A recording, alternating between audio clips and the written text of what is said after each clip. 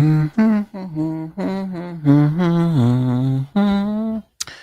don't even know the name of that song, Frank, but it was on the Grammys last night from the backflippy guy. Did you see the Oh yeah, Grammys? yes, I saw a lot of the Grammys. I don't remember the name of the song, but doesn't he like scream like yeah, da, da, da, da, da, Yeah, da. yeah, yeah. I can't hit those notes. Who's that guy? Boone something? I feel like Boone I feel like I've Benson. heard that song a million times, but I never heard that guy's name. Oh my god! And I'm just like watching this guy, and I'm like, and then he like doing front flips off a piano. I'm like, who the hell is this guy? Yeah, out of nowhere. I was pleasantly surprised by the Grammys last night, but don't let me spoil it, Frank. We've got an We'll order. recap it. There are rules to this podcasting thing, and we cannot skip around because that They're is not skipping. forbidden. Right. Forbidden. All right, Blake Lively, Justin Baldoni. We've been ignoring this story for long enough. Day one in court today, those two suing the heck out of each other. We'll recap it for everybody, and I promise you we'll make it interesting if you really don't care. The tariffs is the big topic of conversation that's going on right now. Are they effective? Are they not? I can make an argument that they are. I'm sure Frank can make it. We haven't talked about this, but I'm sure you can make the argument that they're not. So we'll debate that. We'll mock debate. And of course, our aforementioned Grammy recap, all that, and maybe a couple little sneaky other things in there, my friends. That is a podcast.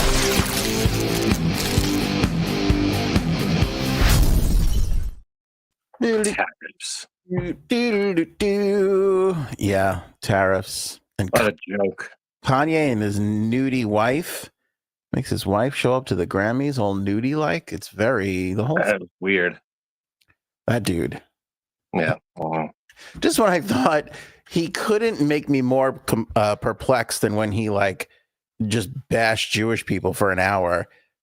He finds a way. He finds a way to make me go, oh, he can make me think about it more. Have we all forgotten that? I mean, that's still relevant, right? I think so. Yeah. You know, Frank, it's an interesting thing you bring up here because the news cycle is so out of control. We have so much stuff being thrown at us that I don't think any of us hold on to any of it. Like, it's so easy to forget that crazy rant that he went on because he's ranted so much. And there's just always there's always a batshit something going on every day.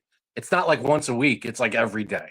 Every day. And 99% of it is the orange piece of shit we got in the White House. Well, okay. Well, let's hold on to that. Let's hold on to that till we get to that topic. But on this idea, there was this like blockbuster. I'm not a basketball guy, but there's like a blockbuster NBA trade that happened on Saturday, I think I want to say, or Friday.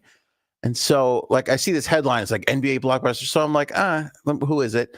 The Dallas Mavericks traded some dude to the Lakers for some dude. And then LeBron didn't know about it. Like, this is a huge story.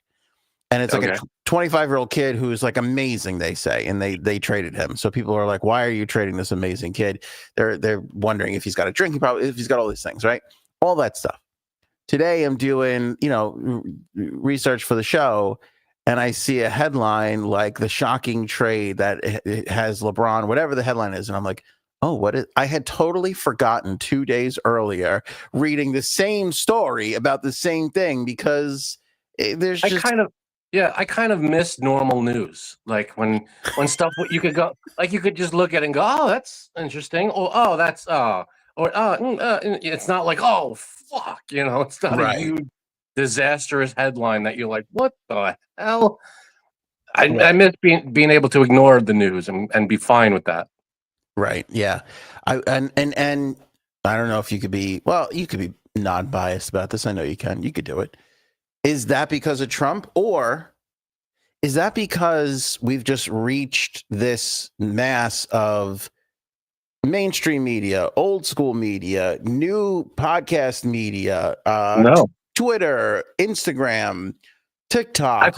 I feel like most news I could ignore and not care. There might be some entertainment stories that would grab my attention, and I'd be like, oh, this, or like the big things, like the Diddy stuff, all that, the big stories, I would, be like, oh, okay, something crazy is happening. But the rest of it, I'd be like, all right, whatever. This a truck dropped all these bananas on the road. I don't, when an animal escaped the zoo. I'm like, all right, can I do anything about it? No. I'll be sure to avoid that street. I have no idea what to do. But most of the news is him, is Trump, and it's like I can't. I think that's because you have a little obsession with him, though. No, it's not me. It's not you. Him. It's the shit that he's doing. I mean, the guy is fucking. I mean, I don't know if you want to get into it, but you do. I think you do. I know you want to talk Blake Lively and Justin Baldoni. Yeah, I do. Last thing on this whole, where are we with the whatchamacallit, the world and stories and everything? Oh. Do you remember the attack in New Orleans? Yeah, recently. Yeah. Yeah, recently, right? I have totally forgotten about it. That was New Year's.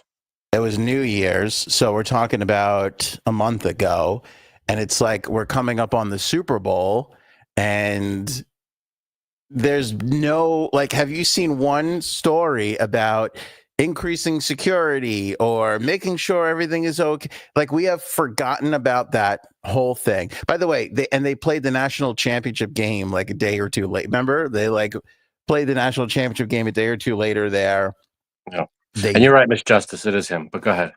And they did all, like, I just feel like there's so much now. We can't really feel anything anymore. Well, that's the thing. I'd be able to follow some of the Super Bowl and the little ins and outs of that and find it interesting and be like, oh, that's a story I would read. But I don't have time for it's like there's way more important shit, and it's like I can't. Can you just stop? Just give us a month off of him. I just need a month. Even when he wasn't president, you had 4 it was years. just nonstop. There was a year in there somewhere. There was a year, not Biden's first year, but second year, where he kind of fell to the wayside. I would say 6 months into Biden to a month and a half into Biden, we had no Trump. Before there was trials. He was getting sued this way, that way. It was just another, and he had his. That's because a lot of it went away because he was off Twitter for a while, and he was on his own Truth Social bullshit. Golden. But then now he's back on Twitter, and now he's everywhere, and it's ridiculous. Oh, he's everywhere, Jerry. Yeah, he's everywhere. Okay, all right. Blake Lively, Justin Baldoni. Okay. Yeah. Mm-hmm. This is a story, and this happens from time to time, but this is a story that we have ignored for the better part of 6 months. Stuff started popping up between these two, and every time I would start I would be like, oh, this is going to make the show tonight, or this is top 3 story. It would eventually get pushed out by other stuff. And I don't even know if we've touched on this yet, but now's the time to start because it's reached a fever pitch that you can't ignore it anymore. So yeah, I'm so confused on the details, like who is suing who and who's claiming this one was abused by this one, and yeah. I don't know what the points of view are. I don't know the full thing. Great. All right, so here's Justin Baldoni and Blake Lively explained, and I'm going to go through this quick. If I miss something, shoot me a comment. All right.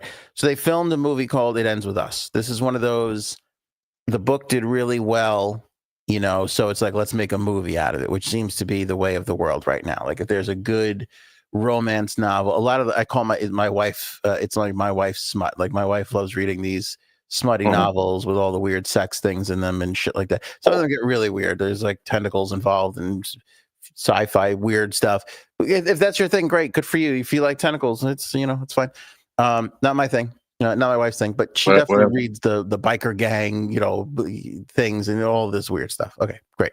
So this is one of those movies, and apparently there's an element of abuse in the film itself. Like that's kind of part of the subject matter of what it is. So Baldoni's behind the movie.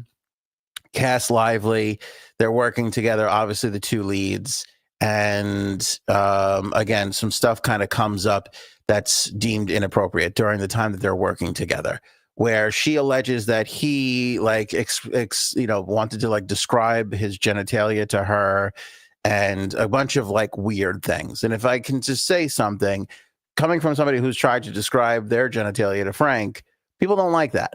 It's unwelcome. It's unwelcome. You got to ask that kind of stuff first. And I'm sorry about that, by the way. I didn't, If you would have asked, I learned. You live and you learn. Story. Yeah. Right. So don't describe the genitalia to people. They don't like that. No, that's good rule. So that was kind of part of it. So that was like one thing. And the way this all kind of like dripped out slowly, it was well after the film had come out. So apparently that happened and there was some weirdness. So Lively set up like a meeting that even involved like Ryan Reynolds, and they got together, talked about it. I guess it got squashed. They continue the film. He said, he'll bring in an intimate coordinator, somebody who is there for the sex scenes and to like not make it weird, which, by the way, I've seen some footage from the movie, and you need one of those intimate coordinators. Like, I feel like with any movie where there's any kind of intimacy, making out, it can't hurt to have someone like that there. It can only help. So I think it's worth whatever they get paid. Yeah, it's really strange because there's a scene. Maybe let me bring it up for everybody. Are we allowed to play it? Are we allowed to show it? Yeah, I'm going to show it. Who gives a shit? Baldoni, he credited. Let me see here. E.T. was the one who posted this. Baldoni released it. It was shot by Brian Friedman, so there's the credit for him. Miss Justice is always on top of the legal jargon and the things, so she'll put that out, I'm sure. But here's basically what we saw from the set here. He released this was not part of the movie, right? But this was like when cameras weren't supposed to be rolling or something. Well, I don't. No. It was part of the movie. It was like it's the raw footage, like it's like 9 minutes straight of them in this like dancing scene. Right, and it's supposed to be like a montage of them dancing and music over it, where you don't hear them talking. Right, that's the. Right, but we can hear them talking in this instance. Now, I don't know how much of that I could let go because there is, in the movies, the song that you're hearing, like when you can't hear the actors, they're playing in the background, so you can hear music in this clip, right? Because they maybe they're trying to coordinate a kiss at the right time and whatever. So I'm just gonna mute it because I don't want to play the song, but you can hear them talking, and you could read like there's little things on here, little subtitles, but you can see. Why would you buy a subscription already for YouTube? I'm such a cheap ass. All right, here it is. So there you can see, and they kind of get together, and there's like a spotlight behind them, obviously for that like little glow effect that they want, and so they kind of go in and out, and she's like, they're talking to each other, and this is like rehearsal, and they're like, when we block this is where you should be. We should be talking. Like at one moment, she's like, we should be laughing. The kiss should have like a little kiss of the forehead. Like they're figuring these things out, and when you watch this raw footage, it's so awkward. Like you think that they have these things all like really, choreographed out. And I guess this is what they're trying to do, but it's so uncomfortable to watch. So none of this is supposed to happen. The kiss on the foot, all this stuff. I think they're like figuring it out because I think it's like one of those moments where I don't know the story. So this is all assumption, but it's like, do we kiss? Do we flirt around? Because at one moment they're kind of like, she says like, we should be laughing and talking before we kiss. So I guess they're trying to figure out how long that's supposed to take. And like you said, I think they're cutting other stuff on top of this too. So it's like kind of really figuring that stuff out. There's no other way to do it other than you like literally stand there and try and figure it out with each other, Okay. But it is so like I would have thought that they would have had a better idea of it being like, hey, let's get like 4 or 5 seconds worth of chatter. Let's get a smile. maybe a little nose nuzzle, and then I thought it would be a little bit more prepped out, than what it actually turned out to be. But I mean, this goes on for this is like 10 minutes, and there's people walking in front of the camera. They got to figure out that stuff, So Baldoni released this, claiming that this exonerates him. Right. So he releases this basically where it's like, hey, we're trying to figure it out. She doesn't look uncomfortable. And I mean, she really doesn't. This whole time, she doesn't really look uncomfortable. And I guess this is one of the moments where she was like, oh, this was uncomfortable to me. I was uncomfortable watching it because it feels, I don't know. It's a little too loose for me. But I'll say this, and this is a good time to bring this up. They have an issue like on set, right? And then I guess they squash it all. They have that meeting. And then it's determined that they're going to bring in an intimacy coordinator to facilitate the rest of the shoot. So there's text messages now that he releases that he's basically like, hey, the intimacy coordinator's on board. Like, when do you want to meet with them? And she's just like, I'll just meet with them. It could wait. It's not a big deal. Like, it could wait till we get on set. So it looks like he's making an attempt to be like, hey, if you're uncomfortable, we got the people here, so you don't have to be uncomfortable. Set a meeting and get everything squared away, and then we could go into shoot. And she's just like, no big deal. I'll just see you there. Uh-huh. So it's kind of like, well, if you were really genuinely uncomfortable, you would have probably followed through with that. I mean, if they asked me, Ant, should we bring in an intimacy coordinator? If it would take 14 seconds of me watching this to be like, yes. And they should be in every conversation and be a part of everything. Yeah. I feel like along with lighting, it should just be another thing that's there. That's a part of the movie. That's got to be there. They should have intimacy coordinators in Star Wars. I don't care. Whatever it is. Boba Fett's getting a little weird. Let's bring in the intimacy coordinator. And because they're like staring at each other, like talking really closely. Like, these are uncomfortable. And she says it's a moment that you want to kiss. Let me go back a second there. She says, because it's like the moment you kiss, then you give them the thing that they want to see. So it's supposed to be like a little bit of tension, like will they, won't they? And then they finally do. So that's kind of supposed to be, I guess, a moment for the audience, in the middle of this movie. All right. So whatever. So all that kind of stuff happens. And we don't really know about any of it. And then this all starts publicly. They do press.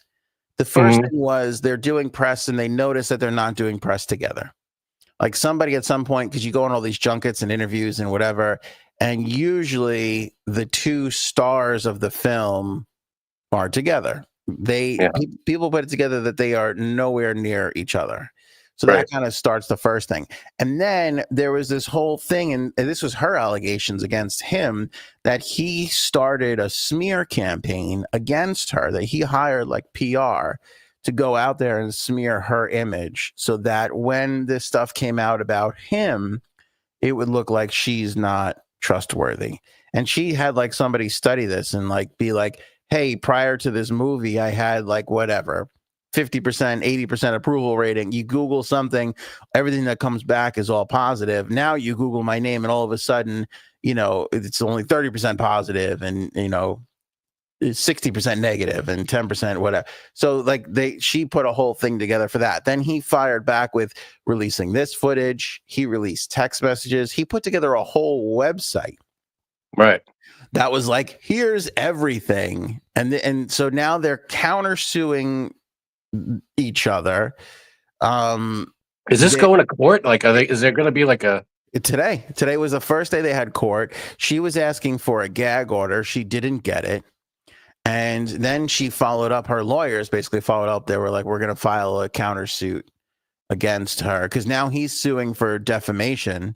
And so now she's going to file a countersuit, she says, before Valentine's Day. So 11 days away from figuring out whatever her countersuit is going to be. But I want to mention this because, Frank, we are the foremost authority on cuck chairs, right? That's kind of... That's our area of expertise, is the cuck chair. Agreed. He released Baldoni, who, by the way, I don't know how you feel about this, but I'm ready to make a call on this. He looks like a creeper. He just looks like he would do all these things that she's accusing him of. Well, yeah, possibly. I have no problem believing every last word of what she said. Allegedly. I don't know. I don't want to get roped into a corner here. Let's say all this is alleged. Yeah. But what do you mean cucksia? What's going on with the cucksia? So in part of the text messages that he releases a text message from Ryan Reynolds to him. Mm-hmm. All right. Where from February of 2023, Ryan Reynolds texted Baldoni, quote, I'm excited for you to work together. I'm excited for Blake to crack open her creative piggy bank with someone as dynamic as you. This is going to be incredible, all caps, incredible in all caps, period. I happen to adore you, comma, Justin. That's nice. It's nice. What, is that not good? A little cucky. That's a little cucky. What? Come on. Telling the person who's going to be nose to nose with your wife, I adore you, Justin. Yeah. Feels a little cucky to me. Again. Yeah, I got you. If that's your thing, cuck it up. Live it up, baby. Do it. Yeah. Let everybody swap spit with your wife and do whatever. Well, that's fine with me. I just have to, this podcast has a cuckometer, and I feel like we're not redlining, but in that orange to red area of, I'm pretty sure we got a cuck situation here. I mean, I adore you, Justin. We don't have to go. Let me tell you how that conversation would go with me. I fucking hate that my wife is doing this. I fucking can't stand you. Don't fuck around or I'll fucking punch you the fuck out. That's how my version of that would go. That's going to be nice. I mean, wouldn't that create some kind of problem between your wife and this guy? Yes. Don't care. But let me tell you whose problem it not is. Me. Not my problem. You fucking figure it out on set. Okay? Okay. Because I'll come right in there and drop kick your fucking face. All right. I haven't lifted my leg that high, but I'll figure it out. So why did Baldoni release this text message? Just to show that they were on good terms once? Yeah, I guess so. I guess it was like all. I guess of course they were on good terms once. Yeah, they agreed to do this movie. It's not like they hated each other, but we're gonna do this movie. Maybe like they signed up. Maybe he did it to show, hey, Cuck Finn over here all of a sudden is getting second, having some Finn. Don't blame me, blame Cuck Finn over here. It's his problem. He's my little Cuckleberry. Yeah. I would literally be like, I hate you and I can't wait for this to be fucking over. Watch yourself. But doesn't isn't he good? Then he could just fire back with, I'm gonna make out with your wife. Oh, I didn't think of that. I didn't think that's fucked up. Yeah, a little retaliate. You see, once you go out there and start swinging, then it's going to be, yeah, but guess what, pal? Shit. I didn't think of that. Thrown right back in your face. I did not think of that. Yeah. I don't care for that. I can't do the acting thing. I couldn't. That's rough. Yeah, I don't know about. Could you imagine your wife nose to nose with this son of a bitch? No. There's no fucking way. I don't know how these people do it. I don't know how they do it either. I don't know. I would be like a Jack Black type of an actor where I don't know. I don't know if does he, I don't think I've ever seen him even kiss with a girl in any movie. It's interesting that you say that because there's another actor who I just saw this video. It's a guy. And I think I could probably figure it doesn't matter. It's one of these character guys. And the knock on him is he won't kiss anybody on camera unless it's his wife.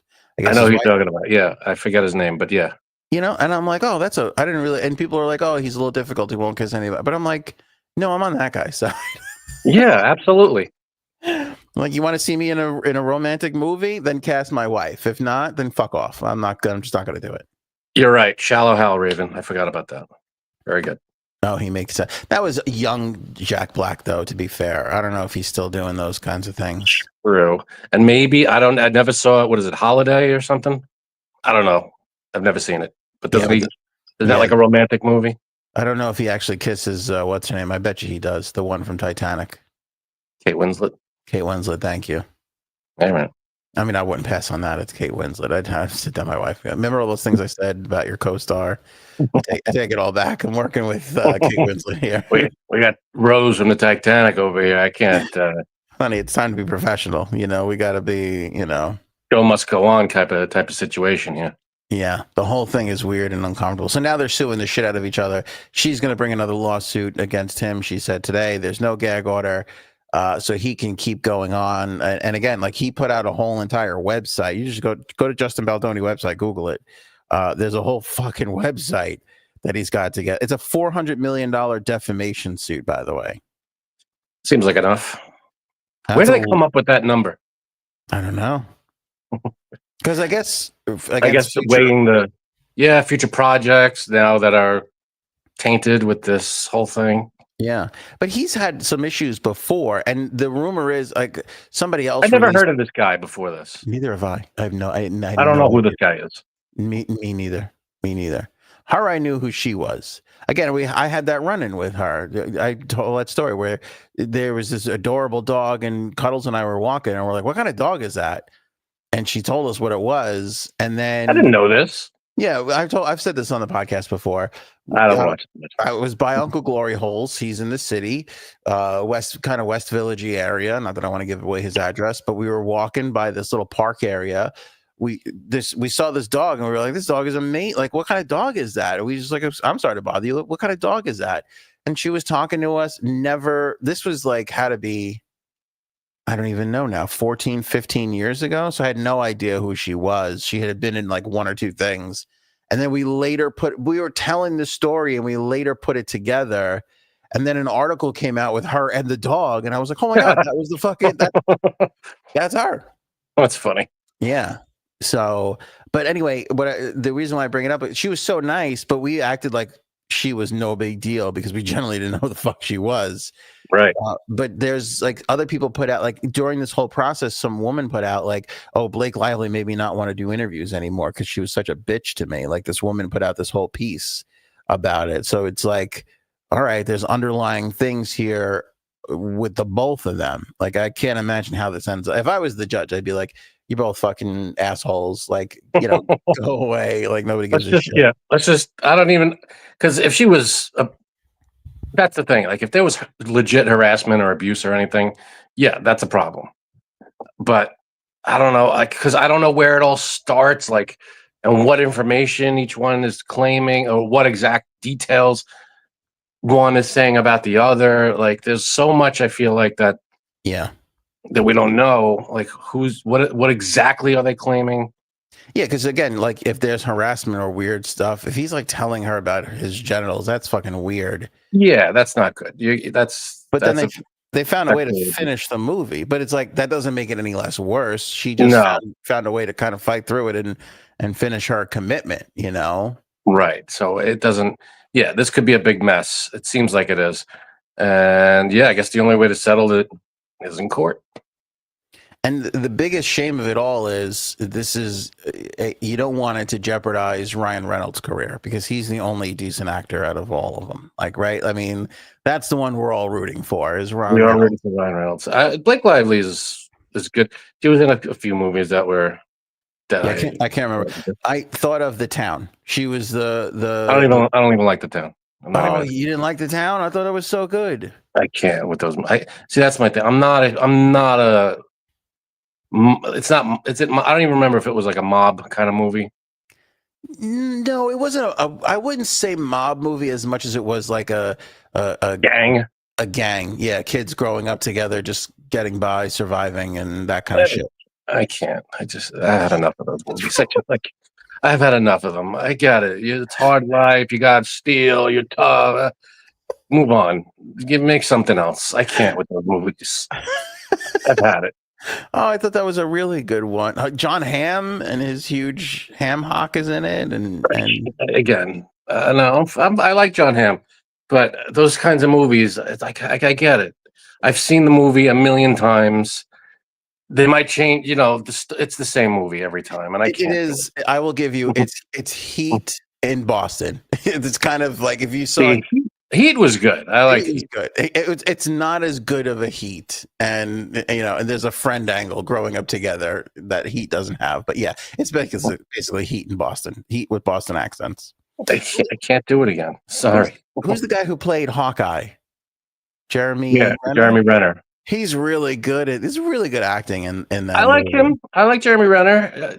It's an underrated movie that, I mean, it's not as terrible as you would think. I thought it was a fun kind of a movie with Jeremy Renner in it. Was Tag. Remember that? Oh, I thought Tag was good. Yeah. Yeah, went right under the like it came out and then you never heard of it again. I thought it was good. I like Tag. Yeah, I thought Tag was good. Yeah, you're right. Tag didn't get enough love and attention. I thought it was a good comedy. It had some heartwarming stuff, but it was good. Well, that's another thing that has disappeared is like remember movies? You would be like talking about a movie before it came out, then it came out, then you went to go see it. Then maybe you even went to go see it again. And then you were like, wait until this fucking movie comes out on VHS. You guys, I'm gonna buy it right away so I can watch it over. Now, like huge actors are in a movie, it's on streaming, you watch it, and then like 4 weeks later, you're like, let's watch this. Oh wait, did we watch this movie already? Like you forget movies. They're so disposable now because there's just another one coming that's also kind of interesting. It's so weird. They take like months and months and months to make, and you watch it and you're like, oh my God. Move on. I watched Saturday Night. Did you see that yet? It just hit. I haven't seen it yet. No, I want to see that. All right. I finished watching it. I'm watching it and I go, this is boring. I'm like, this is not good. And then 2 minutes later, I'm like, this is really interesting. Like they're really, this was tough to put together. Like I didn't realize how much doubt there was. And then 2 minutes later, I'm like, why are they talking to this person? I don't care about it. I finished the movie and I go, I don't know if I can suggest this to anybody else, but I also kind of want to watch it again. Like I'm not even, So is it one of those movies that if they took away 50% of it and just left they could remove 50% of the movie and it would be way better? There's elements of that. Yeah. Here's how I could best describe it. If you don't spoil anything. I'm not going to spoil it. If you love and worship Saturday Night Live, which I do, you're probably going to enjoy it. Again, there were moments where I was like, fucking cares, or there was moments where I was like, I got it. This exact scene played 7.5 minutes ago with the same two characters, and I understood that there was tension then. I don't need this scene again. Right. But at the same time, there's like, if you yearn for those days of Belushi and Chase and, Lloyd and Murphy and all that. Yeah, all that stuff. Like, I fucking love Billy Crystal more than life itself. Billy Crystal. Bold statement. He was only in it for 1 year. And he's in the movie. And the way they included him in the movie was really interesting. And you just look, it's all super interesting. And I enjoyed it. I like to live in that world because I wasn't there. I wasn't even alive when it aired, so I don't get it. I can only read about the impact of it. So I love that it put me there for a few minutes, but I couldn't sit here and be like, you guys got to watch it because you're going to love it. Because I feel like 70% of the people would be like, you're a fucking idiot for suggesting this movie. Well, most of the movies you suggest to me are dog shit, to be honest. I know. And it's Jason Reitman, who I loved Ivan's work and I love Jason's work too. But like Jason, like if you saw Up There or Up in the Air, whatever the fuck it is with Clooney and everything, it could move very slowly. Oh, I don't like that. But it's like, it's interesting and it's fun. There's like a hominess to his films where I love to live in those worlds, but at the same time, it's just like moving at a snail's pace sometimes. I will say the guy who played Lorne Michaels was fucking great. Like, Okay. You know what's weird? I find it so weird that he is this, like, I don't see him as a funny person, Lorne Michaels, because you don't really see him that much, but he's the final say guy, yeah, right? Isn't that weird that it's not a comedian or a writer who's like at the top of their game? Like, it's Lorne Michaels, the creator. He's like, this is what it is. And it's like, and it works most of the, a lot of the time it works, a lot of the time it doesn't, but he's the final say, and he's not particularly a funny, you know what I mean? Like, yeah, you rarely hear him speak. I only see what everybody else sees, maybe a bit or two here on SNL or in a movie. And he's not the comedian in the movie. He's not the funny part of the SNL.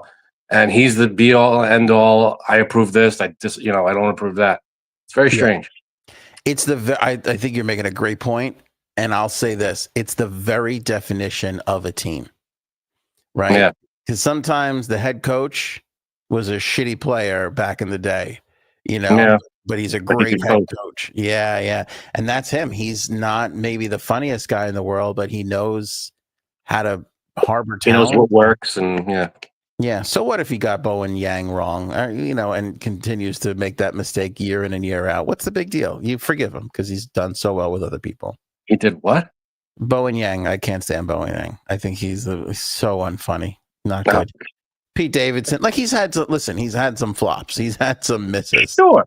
Well, when you got every year is a cast of a dozen people and it just interchanges and everything, well, you're gonna get some people that suck. Yeah. That's gonna happen. Yeah, but it's really good. I will say this though, it leaves you wanting more of the movie because, like, to what you said, he's the most interesting person.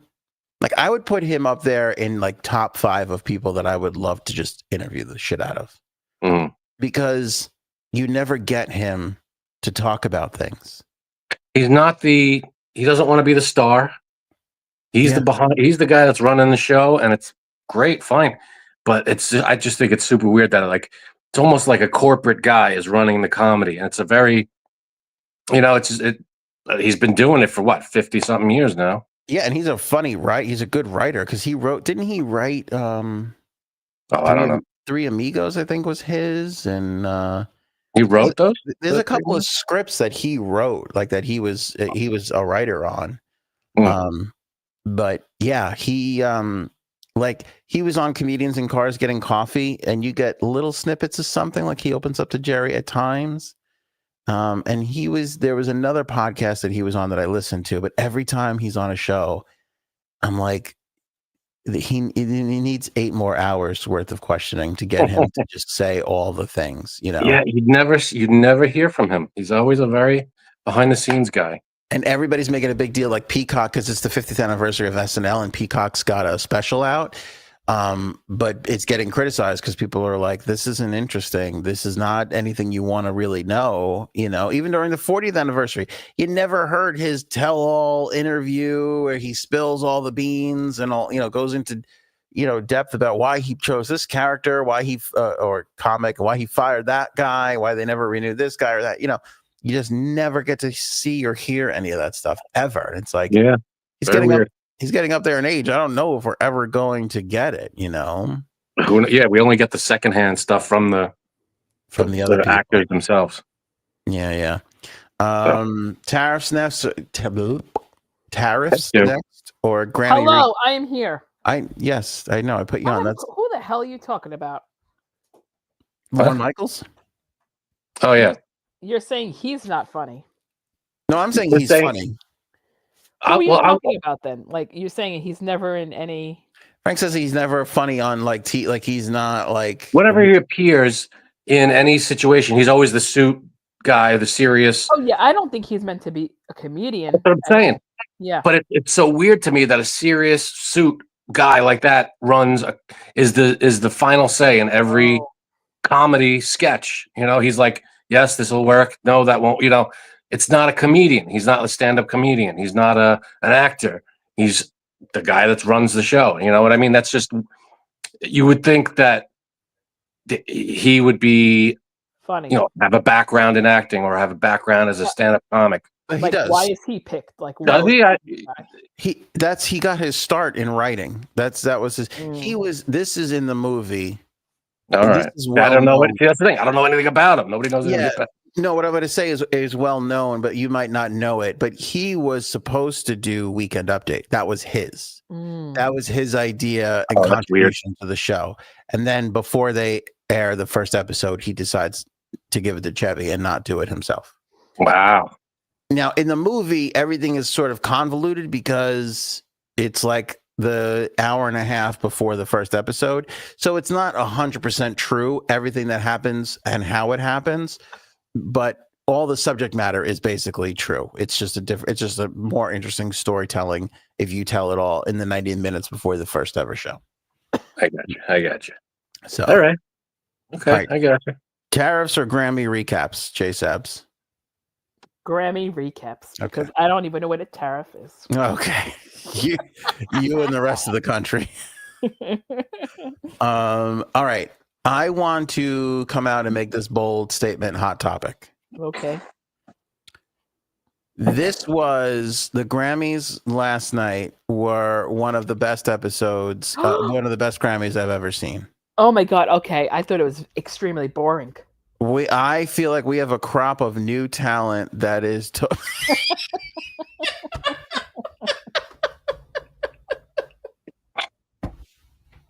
Oh my God, it's Will Smith's son, everybody. Look at this. Please tell me you wore that while going down on your wife. Because if you didn't, what is wrong with you? What are you talking about? Can you get your mind out of the gutter for 5 minutes? Jeez. In fact, let me borrow it. This is very uncomfortable, by the way. I wonder if my husband's head could fit in that. Where do you come up with this shit, J Sabs? Is that all you think about? Listen, I mean, I understand if you do. What I'll say is, I would think it's pretty funny and witty if I'm getting ready for some, little kitty action. That juicy and wet. Okay. And we got to talk about that too, because I just can't. What are you talking about? What the hell is going on? Did you not hear Bruno Mars' new song? Oh what? Yeah, that song. Yeah, Bruno Mars got a new song that is like, holy shit! I immediately thought to myself, my daughter can never hear this music ever. And also, Janine's gonna love this. I would think it is extremely funny, witty, charismatic. If I'm looking for some kitty loving and I'm waiting on the bed and all of a sudden my husband walks in with a box around his head. Right. Okay. I've never that would do it for you. I've never been so scared for you in my life than right now. Come on, you wouldn't ask the girls in the chat. Frank, go like this.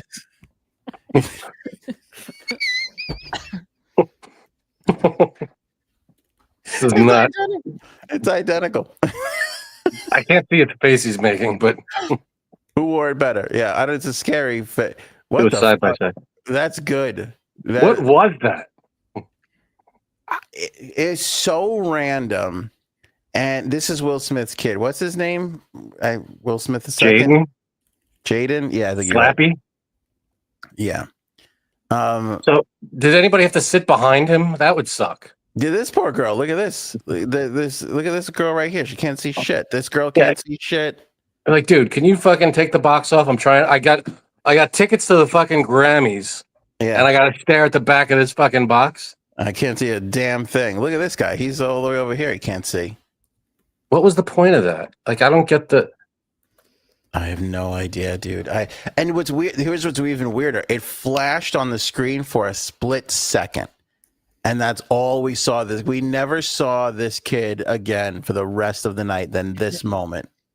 No, he was on the red carpet. They were at the red. He was. Yeah, it was the red carpet, and then this. That was it. Yeah, that was it. He was just and it's like a black castle. I would say that's a castle, not a house. It's a castle. Yeah, I didn't have time to paint this black. I appreciate it though. Is that chewy? Is that like a? It's the dog. It's dog food. It's a dog. That's what I thought. Okay. Yeah. Yeah, it's good. You look very uncomfortable. It's you know what it is? I didn't cut the hole big enough, so it's falling forward. That's what she said. Yeah. So I guess what you're saying is it's hard to wear something like that. And he kept it on the whole. From what I hear, he wore this outfit to completion. He wore it the whole entire night. That's obnoxious. It is insanely obnoxious. My caption is true. Jada Pinkett Smith did not only ruin Will Smith, she ruined her entire family. If my kid was like, I want to wear a house on my head, I'd be like, okay, he's 9. Yeah. He's what? He's 9. I can't hear you. I have a box on my head. I was gonna say. Wait, let me whisper to the second floor window. He's 9. Let me adjust the volume here. Let me open the garage door and get you so I can hear you. So, I mean, I don't care. All right, you want to wear whatever the hell you want to wear, great. But take it off of the people sitting behind you. That's just that's a dick move to leave it. Like, Lady Gaga who shows up to these things with all these crazy stuff. But I don't think she sat in the audience with all the, like a huge thing on her head so that people behind couldn't see. Wait, I'm sorry. Maybe she did. I don't know. Not only the son, but the daughter too. Did you see her? No, Holy, I didn't. Look her. What happened with her? She looks. I don't even. There's no words. Okay. Did she have a moat around her neck? She looked terrible. She looked terrible. She did something with her teeth. She made her front tooth green. I don't know what she did. It didn't. Hold on, I'm trying to get a link. It just did not look good. Can't these people just go and enjoy the show? Just go to the Grammys. I'll say this too. What's her name showing up in the meat dress? Okay, fine, but she didn't sit in the audience in the meat dress. She got her press. She got some attention. And in that whole time, she was a performer. Like Lady Gaga was top of her game during those times where she was doing that. She was performing on those shows. She was up for awards. You're just sitting there. You're not nominated for anything. Yeah, and I don't care. Yeah, wear the castle. Great. But take it down. Just my only concern is the people behind you. That's got to suck. You get so excited to go to the Grammys and you got to sit behind this. And you're like, I can't see shit now. I got this whole time. I'm so excited to go to the Grammys, and now I got to look at the back of a fucking castle hat. There's a TV back there where that was showing the Grammys, so that people didn't miss the thing. Oh, good. Okay. It's like when you go to the event and there's like an obstructed view. They just put a TV there, and they're like, "Here you go." Oh, that looked painful. That looked like it hurt. It wasn't bad. Look at the sacrifice. And on top of that, it brings us, while Janine's looking for the green tooth photo, it brings up this important little tidbit too, which is why the fuck was Will Smith even allowed to go there? Yeah, really.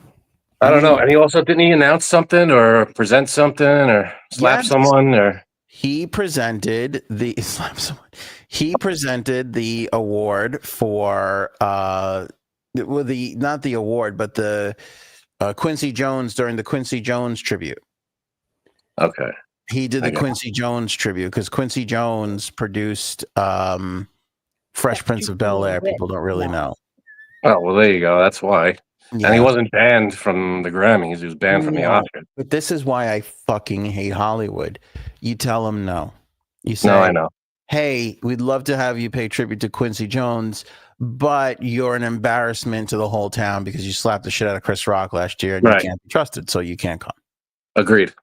Well, this is what Hollywood, this is why people hate Hollywood, because they're like all with the standards and all with the this and the that. And then all of a sudden it's like, well, but we can make an exception for Will's. Like it goes back to that night. He should have been escorted out of the arena instead of be there to win the award later on in the night. Right. Awkward. And now it's like the Grammys, like you don't know what he did. Like you should be like, you can't be here. I'm sorry. Yeah, no, I agree with you. Yeah. Who else? Get anyone else to present. Yeah. Whatever they presented. I don't even remember. Quincy Jones. He touched the lives of 500 performers. Anybody else would have been great. Yeah. His fucking daughter is Rashida Jones. Like she would have been great. Anybody would have been great. Agreed. They didn't need fucking Will Smith there. But this is why people hate Hollywood. All right. Did you find the thing, Chase Abs? It won't let me send it to you. Okay. All right, no worries. Me. No worries. I want to start with Dawes because you talk about one of my favorite bands that nobody's ever fucking heard of. Like Dawes is so You good. just said it to me, and I Never still heard of them haven't heard. before, Anthony. Come on. You can go to anthonyonair.com right now. You Ugh. can click on the interview link of all our interviews. I got to sit down with Taylor Goldsmith, the lead singer of Dawes. I have a question. Wait a minute. Isn't he Mandy Moore's husband? That's Mandy Moore's husband. Yep. Oh, Thank okay. you. Yeah. And so who's the real fan now? yeah, that's. Oh, Anthony knew it too. I know who they are. And that's really the only reason I know who they are, because she's. Did they win something? No. Okay. No. Frank doesn't know them because they've never played on a Metallica album. So they haven't. That I'm aware of. They're not worthy of his attention just yet. What was the name again? Dawes? Dawes, Dawes. Not a great name. I don't get it. I don't know why. I never heard that name in my life. Sorry. Yeah. But he's a great guy. We did a whole interview. It's one of my favorite interviews ever. This was right around the time that he got together with Mandy Moore. And I had a joke in the chamber because Mandy Moore was also on Entourage, where she plays Vincent Chase's girlfriend. And I was just dying to work in do you ever get jealous of Vincent Chase joke? And I had it in the chamber the entire time, and I never pulled it out because it was. What was the joke? Because I was like, look, I got to work in something where I'm like, you're with Mandy Moore now. Do you ever get jealous of Vincent Chase or so? Like, to kind of like play off the fictitious character, like she's playing, And I was like, oh, this is going to be hilarious. And I was just ready to go with it the whole interview, and I never used it. And I'm so glad I didn't, because he probably would have been like, oh, real original douchebag. Yeah, never heard that one before. Yeah, but it was literally like the rumors had just hit. They were seeing each other at the time that he came to town to play a show. So anyway, the reason why they opened up the Grammys is because they're from Los Angeles, and the Grammys were a big, like, let's help the fires, the people that the fires and everything. So they played with Sheryl Crow on bass, St. Vincent on piano, John Legend on piano, St. Vincent I think was on keyboards.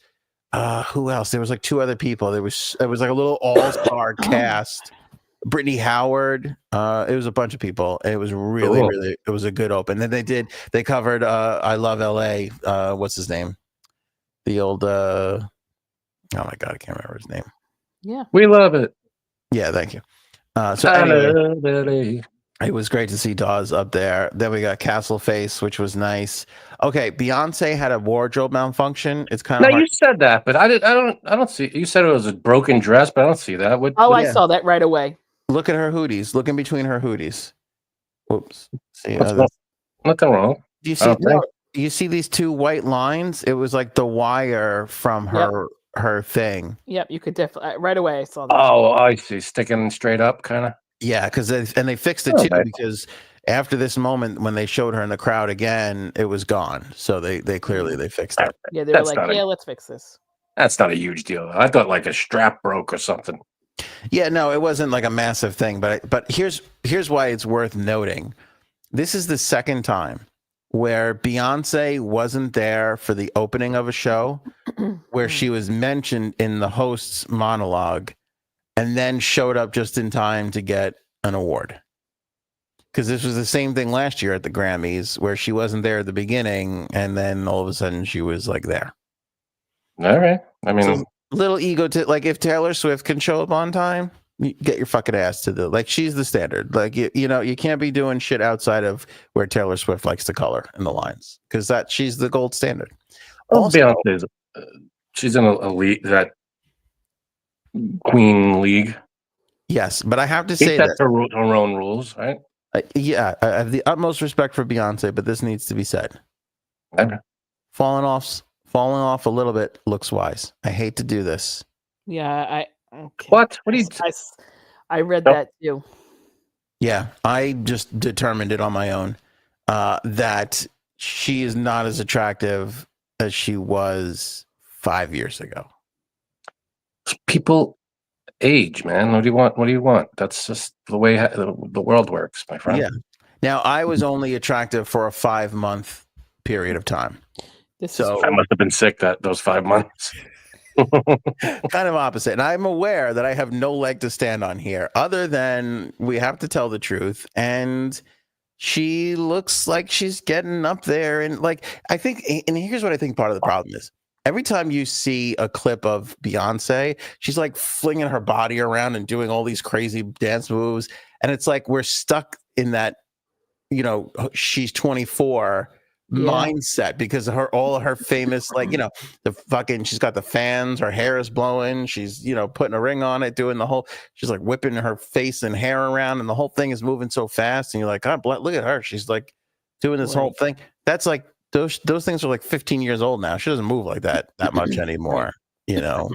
Well, she's also in a dress that I'm sure she, you know, you're not supposed to be all doing those crazy moves in. Yeah. And you know, why don't you bring up a dude and comment on their looks?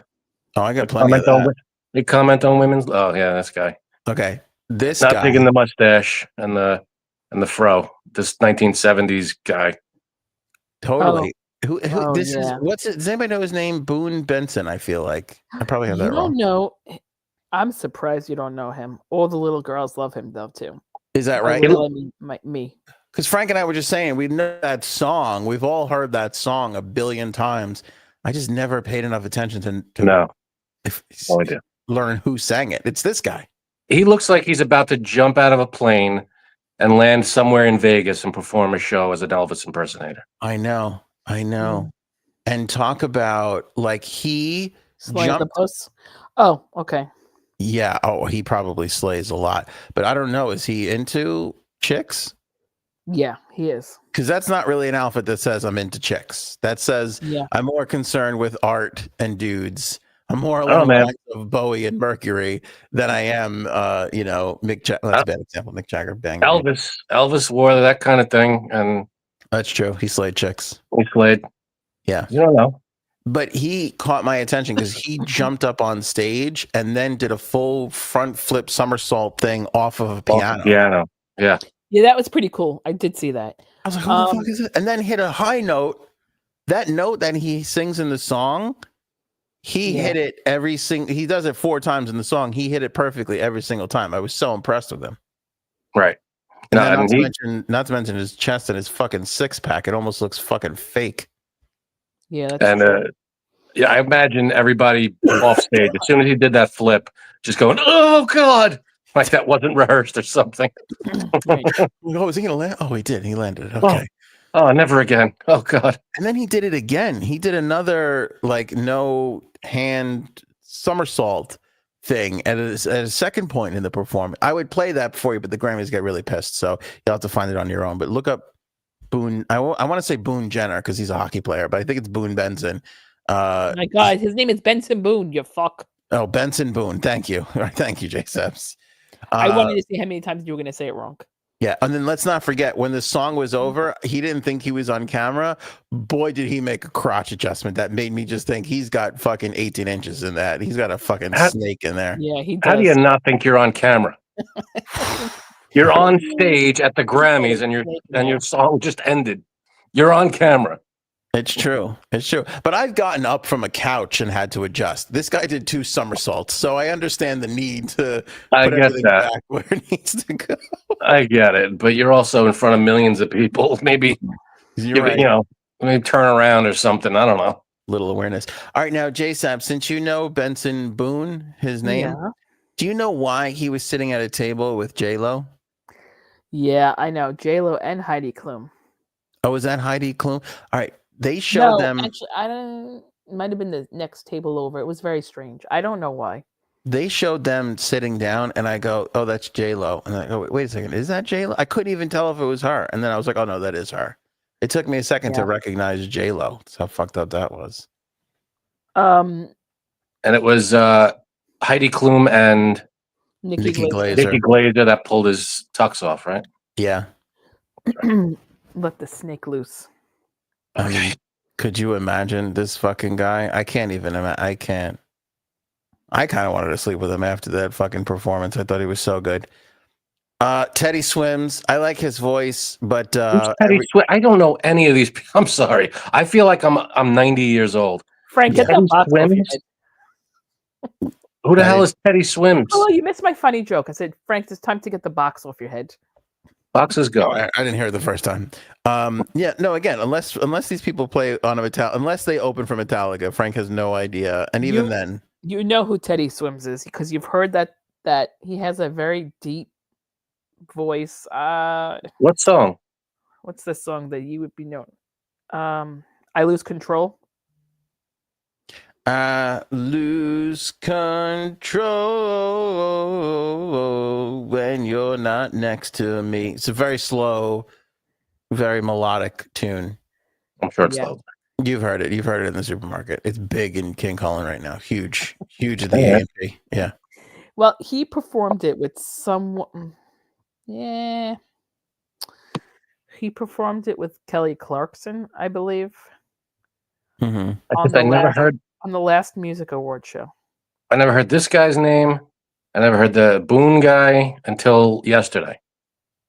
Fucking DJ shenanigans. Take the box off your head, Frank. Doesn't look like a swimmer, he says. Definitely not a swimmer. That's good. Yeah. Teddy, we didn't say Teddy swims fast. So you just said Teddy swims. Yeah, that's true. But, and here's Robin. He sounded really good. And he did. But again, like every time I hear him, I think of Nathaniel Rateliff, who came out before Teddy Swims. Sounds exactly like Teddy Swims. I know. I know him. You know Nathaniel Rateliff? Yes. That's surprising. How do you know Nathaniel Rateliff? Because I brought him up. No. He did a soundtrack to a TV show, to the show Fargo. He was one of his songs was in there. I was like, oh, this is cool. I looked him up. I heard the song, and I like it. I fucking son of a bitch. That's his big song. Yeah, look up SOB, Son of a Bitch. That's a great song. I fucking love that guy. And as a fat guy too, I look up to Nathaniel because I'm like, if that fat guy can move like this and make money, I'm like, there's some hope for the rest of us. Fat guy with a beard. Which is why I don't want to slander Teddy Swims either, but Nathaniel Rateliff is better. Okay. Like Jelly Roll. Go ahead. This Jelly Roll. I like Jelly Roll. He's got a good voice. It's a lot with the tattoos, and also they got an open marriage too. So I'm a little, Hey, don't judge. I'm not judging. I'm just saying. But only with other women. No, but apparently she wants to bang some other dude. I saw a clip where she's like, I want to bang another dude. And he's like, yeah, whatever. It's like, you can do it. Good Lord. And they're buying animals. I don't know what the fuck they're doing. Probably because it would take him longer to say no than to find his actual dick. Oh, Janine. Good Lord, Janine. The poor guy can't find his dick that fast. That doesn't make him a bad person, Just like just means he likes Kit Kats and shit.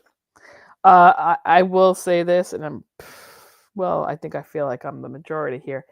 Beyonce did not deserve that award. Oh, the country album? Oh man. Why? Whose album's better? Anyone's in that category. It was not. I think it was her worst album, and that one song is country, and the rest are not. So, This Ain't Texas. That's a good song, though. I don't know the rest of the album, but it's a good song. I think stuff from her from 8-10 years ago is way better than that. That was horrendous. That album, not good. And whoever, I like Billie Eilish. I think she's better than that. Was definitely better than hers. Oh, but this was country song. This was best country album. She won. Yeah, she won best country album. Yeah, but but Billie Eilish won up for that. Album of the year? Am I wrong? No, she didn't win album of the year. She won something. Hold on a minute. No, she won. Oh wait, no, wait. You might be right. You might be right. Album of the year. She won album of the year. You're right. Yeah. Oh, okay. I don't know. I don't think she should have won for country. No. And I don't think she should have won for album of the year. I don't think she should have won for album of the year because no way. I agree with you. I went through that whole record and there wasn't anything that sticks with me outside of the Texas Hold'em song. Right. Even the one I was so looking forward to the one where she covers or samples Dolly Parton, or Dolly Parton's on it maybe or something. I remember being so excited about that, and then I listened to it and I was like, oh, this is not good. I think it should have been Billie Eilish or Charlie XCX, which I love her. But Beyonce, no.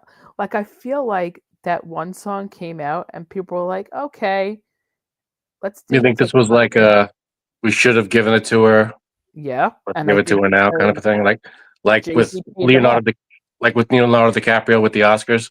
Like he should have won it by now, so let's just give it to him for The Revenant. Yeah, honestly, I think that's definitely what it was, especially since Jay-Z, who looks like Predator, still not sure why his hair is not changed.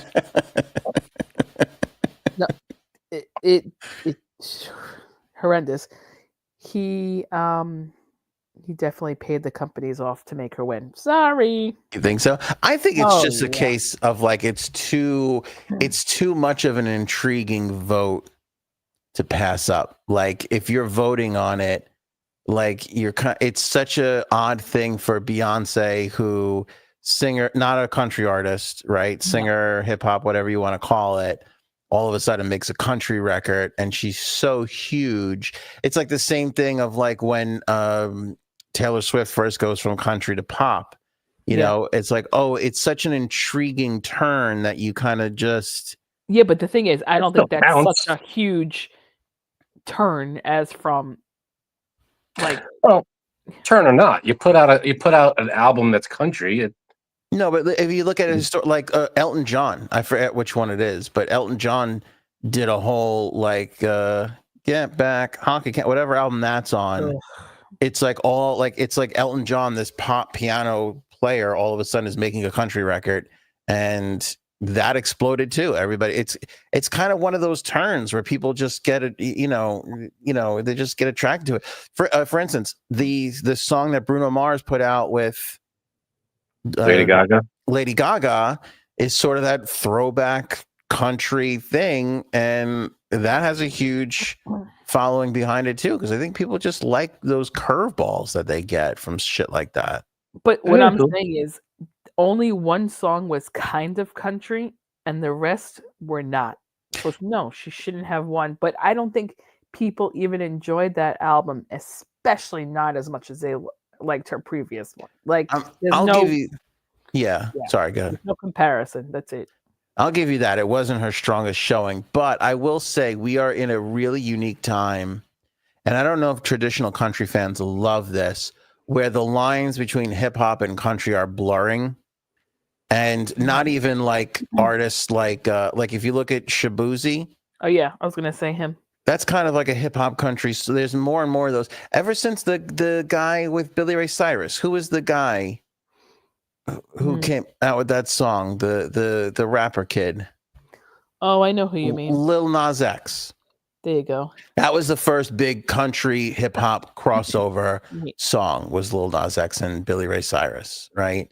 And then ever since then, you've been kind of getting a lot of these. And again, it's not even just hip hop artists. It's even like rock artists and just even country artists that now all of a sudden are putting this heavy bass and these drum snare sounds that you hear in hip hop songs.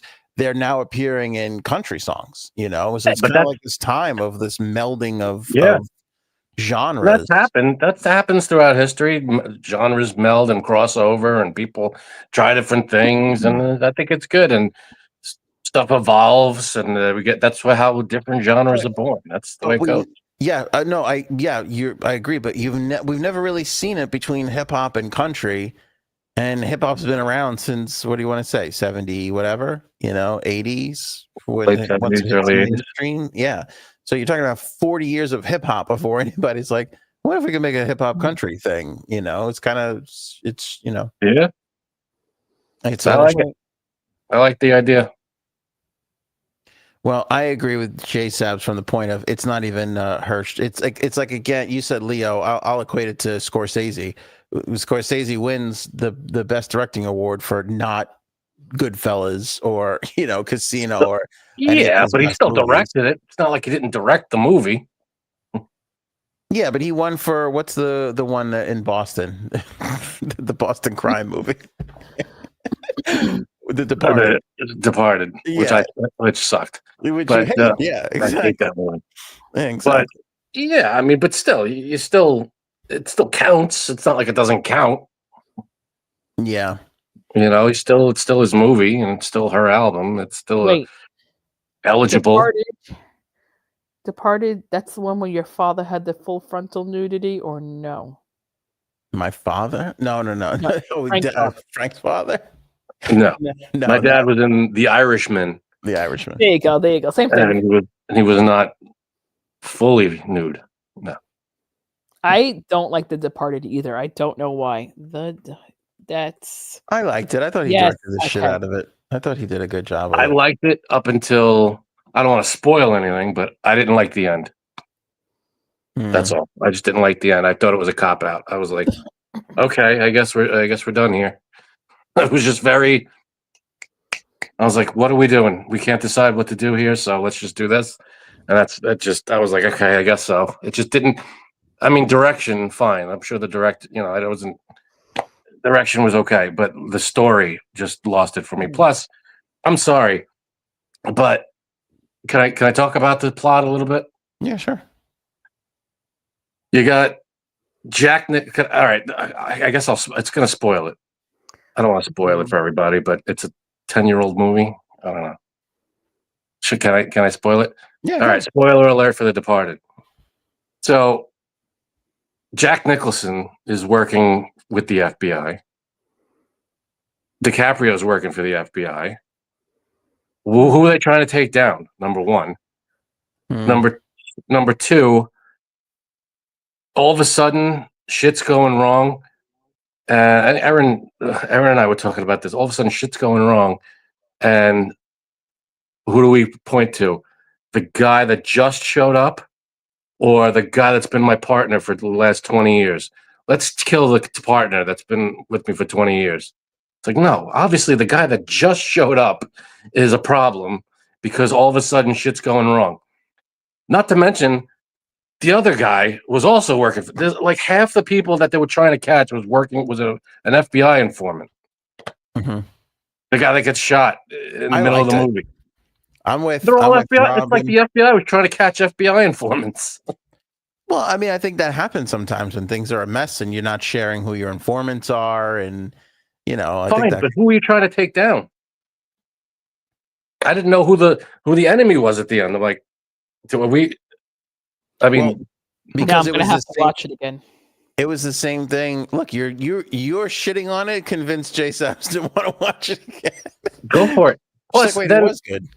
My problem at the end was I don't know how to wrap up all these. We have 9 outstanding characters, and I have no idea how to wrap them all up. So let's just kill them all. I was like, all right. I thought it was good the way they did it. I liked it. It was shocking. It was shocking and intense and heart pounding. But when you step back and go, wait a second, what the hell just happened here? You have to go, well, nobody's story, it had an ending. It was just, all right, everybody's dead, and all that's left is Mark Wahlberg. I'm like, why? Why is he the guy that's left at the end? We really spoiled the shit out of this movie for people. I did. I said spoiler alerts. Forget it. I don't need to see. You warned it, yeah. Again. And then there was the old. I mean, I'm not saying anything new here, but the rat that goes across the thing at the end. I'll say I don't love the rat at the end. I think the rat was come on, it's a little on the nose. Little too on the nose. I agree with that. But I think that's what happens when you have the Boston PD, the FBI. You have all these agencies that aren't talking and sharing information with each other, and they were able to run roughshod over that whole neighborhood for years because they were playing. Yeah, but nobody. But there were no. Who was the criminal that they were trying to take down? Jack Nicholson? It wasn't him because he was. Part of the whole thing, part of the FBI. It wasn't his right-hand man was also an informant. Leo DiCaprio was an informant. It's like, and they recruited Matt Damon, who I don't know. It was just very confusing. Who was working with who, and who knew about it? And then at the end, everybody's working with the FBI, and everybody's dead. Yeah, it's very. It was very. I'm gonna have to watch this again. I think you're simplifying it too much, to be honest. Probably. But here's what you need to do. You need to have a thing at the bottom that says spoiler alert. And just have it at the ready at all times. And whenever it's up, and we're spoiling it and whatever, and we take it down when it's done. You're right. You're 100% right. I think what, Frank, that's good. Just have it in the back pocket, so it's up when we're spoiling stuff, and then you take it down when we're done. I like that a lot, because that's really what we should be doing, like keeping the one, because then people will know when to come back in, and when that's off the screen, we're done with spoilers. Okay, I like this idea a lot. We're gonna work to get that done, because that might be the best idea actually that you've ever had. And I'll tell you what, it's probably true. Just like everything else, we'll do a little boom. How about that? Some sirens in there. Ah, look at that. See? So everybody knows if that's on the screen, we're spoiling a movie. Once we take that down, no more spoiler. Love it. I love it. All right. That's really, well, we're running out of time. Ray was brilliant. This young lady, oh my God, immediately followed. I don't even know who this is, but let's see what was the song? She was so fucking good, Frank. I could find the name of the song for you, because something award-winning. Hold on. This is good because I want to get this out. Okay, Ray. The song is called "Oscar-Winning Tears." Is the song she performed? Oh, never heard of it.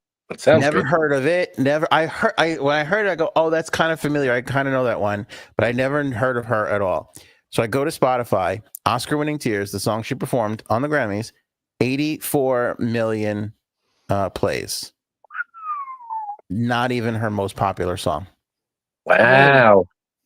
Cool. I gotta look her up.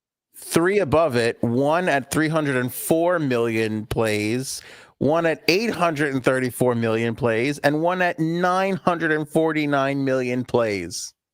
A lot of plays. Where the hell have we been? A lot of plays. A lot of plays on Spotify. A lot of plays. It's very long, all the plays. You know what was who was good? It did a really good performance. I'm gonna butcher her name. I don't remember how to say her name. It was like Dochi or Dochi or Dochi was that. Dochi is who I wanted to win Best Album of the Year. I thought Dochi was going to win Best Album of the Year. It's way better than the Beyonce record. She wasn't nominated for Best Album, though. She wasn't nominated for Best Album? No. Hell of a performance on stage. That was very unique dancing, the whole thing. What I was going to say was Dochi, Boone Jenner there, Teddy Swims not so much, and Ray, they're all the new artists. This is the best class of new artists that I have seen in a long fucking time.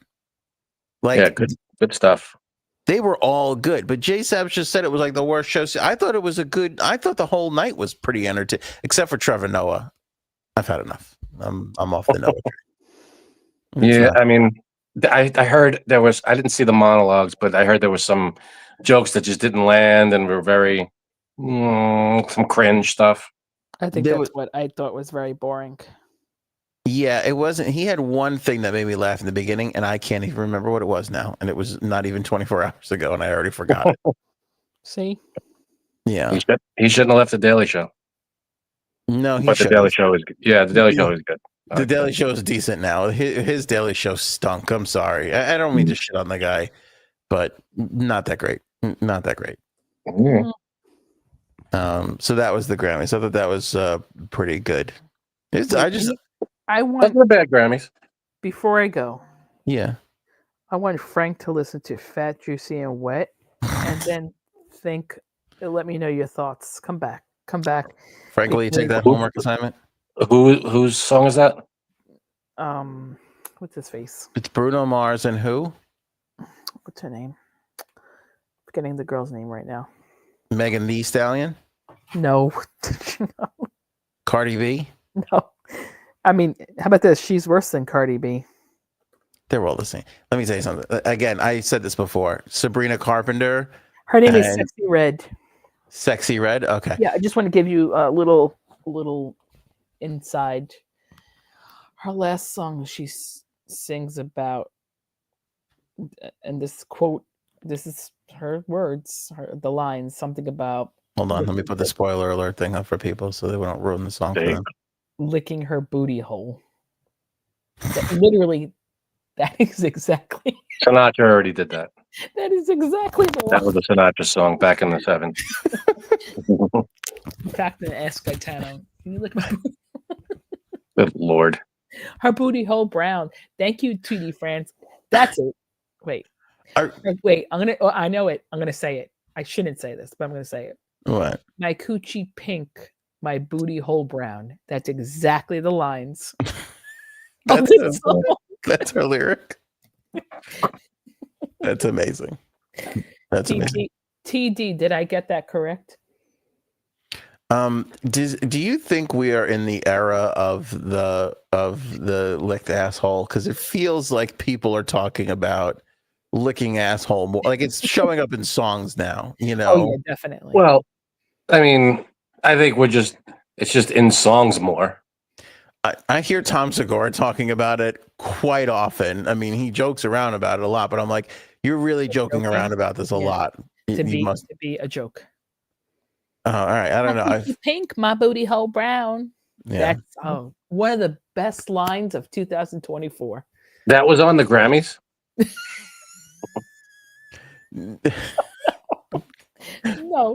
No, I'm saying that wasn't that funny. I don't know why. I don't know why that made me laugh. Because I'm looking at him saying that with the box around his head. Was that in the Grammys? I got my Halloween costume picked out. There's no words. Okay, so there is a group of new female rappers that have been coming out, I guess, probably since Megan Thee Stallion, slowly. No, Cardi B was first. Come on now. No, but I think right after Megan. Nicki Minaj. I was just going to say that you're right. It's Nicki Minaj. In my mind, it's Nicki Minaj, Cardi B, Megan Thee Stallion. These were all... and then you got Doja Cat.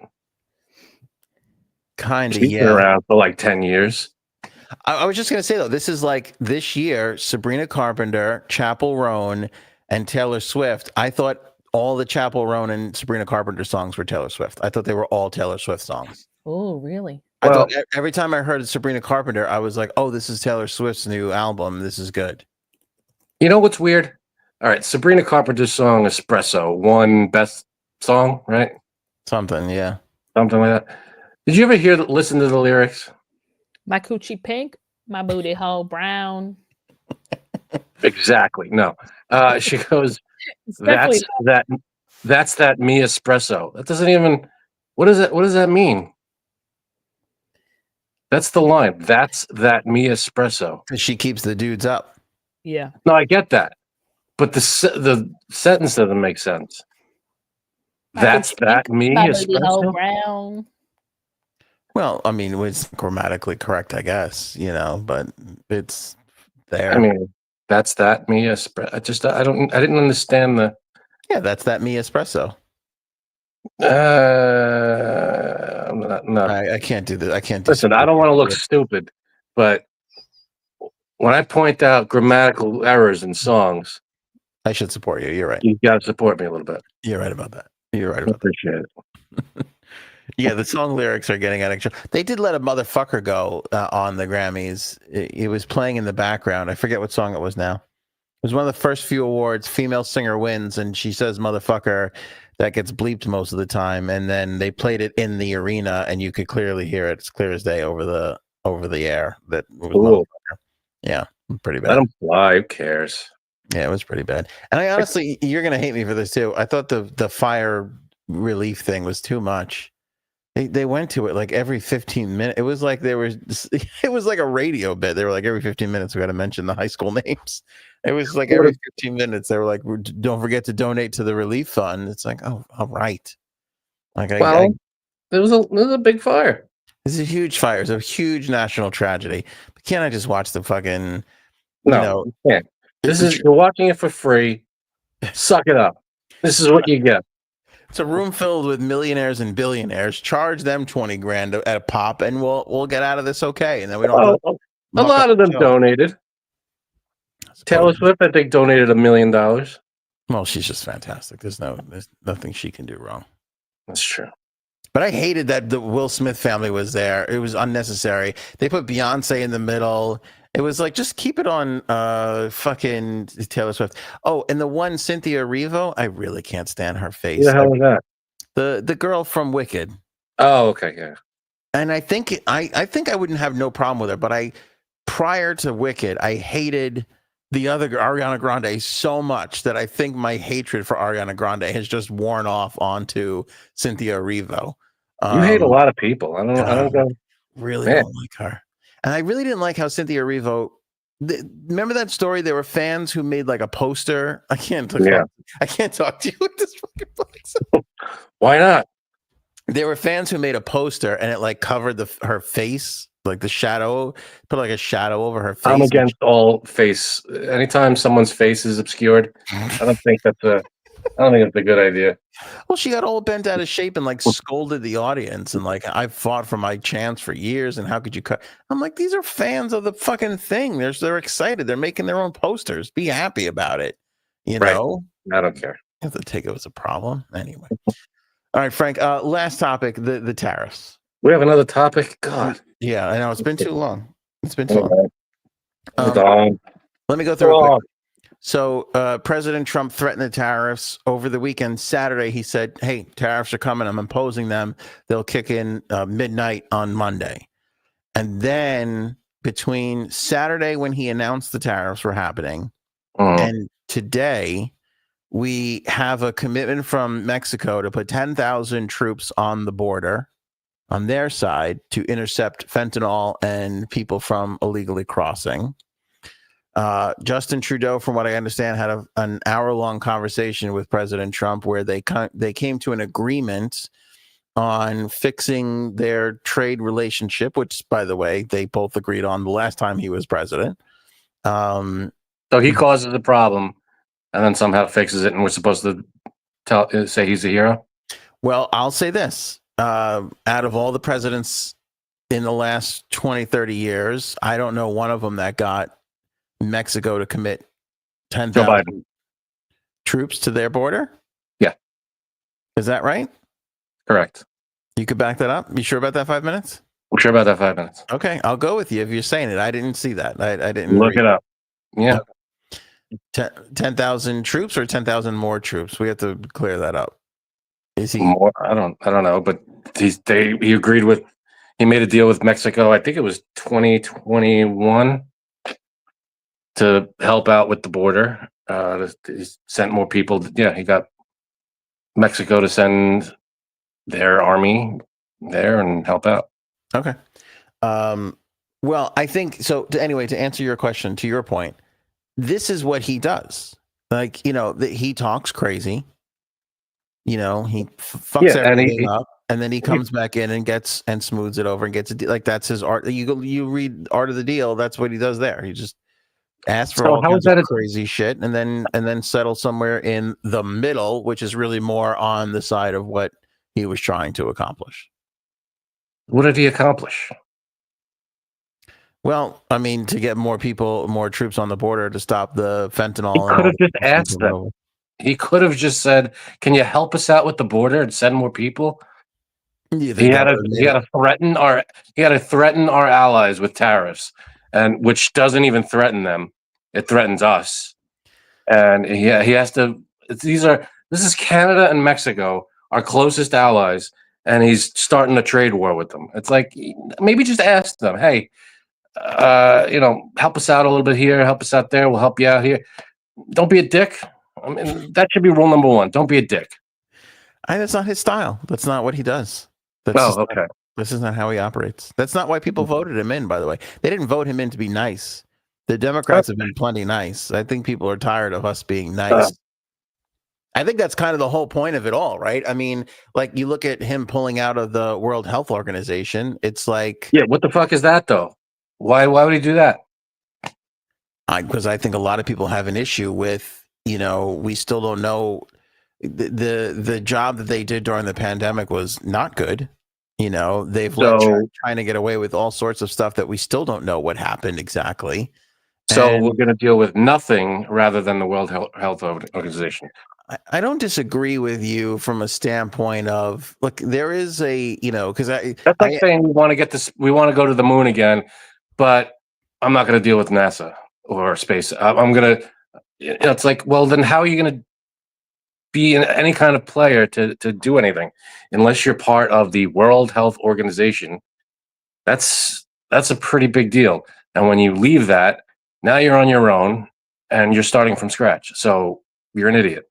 Then you leave the Paris Climate Agreement, which is just a stupid move. Then you release. I mean, the last 10 days? How long has he been president?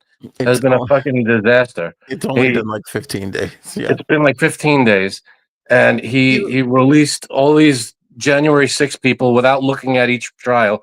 People, people that assaulted cops, and I'm so like. Then you talk to people who are like, oh, back the blue, and we're all for cops and everything. I got my blue flag, American flag with a blue stripe on my car and outside my house. But release the January 6th guys who beat up cops to enter the Capitol and stop an election process. That's perfectly fine. And, the hypocrisy is just astounding. And this has literally been almost 2 weeks.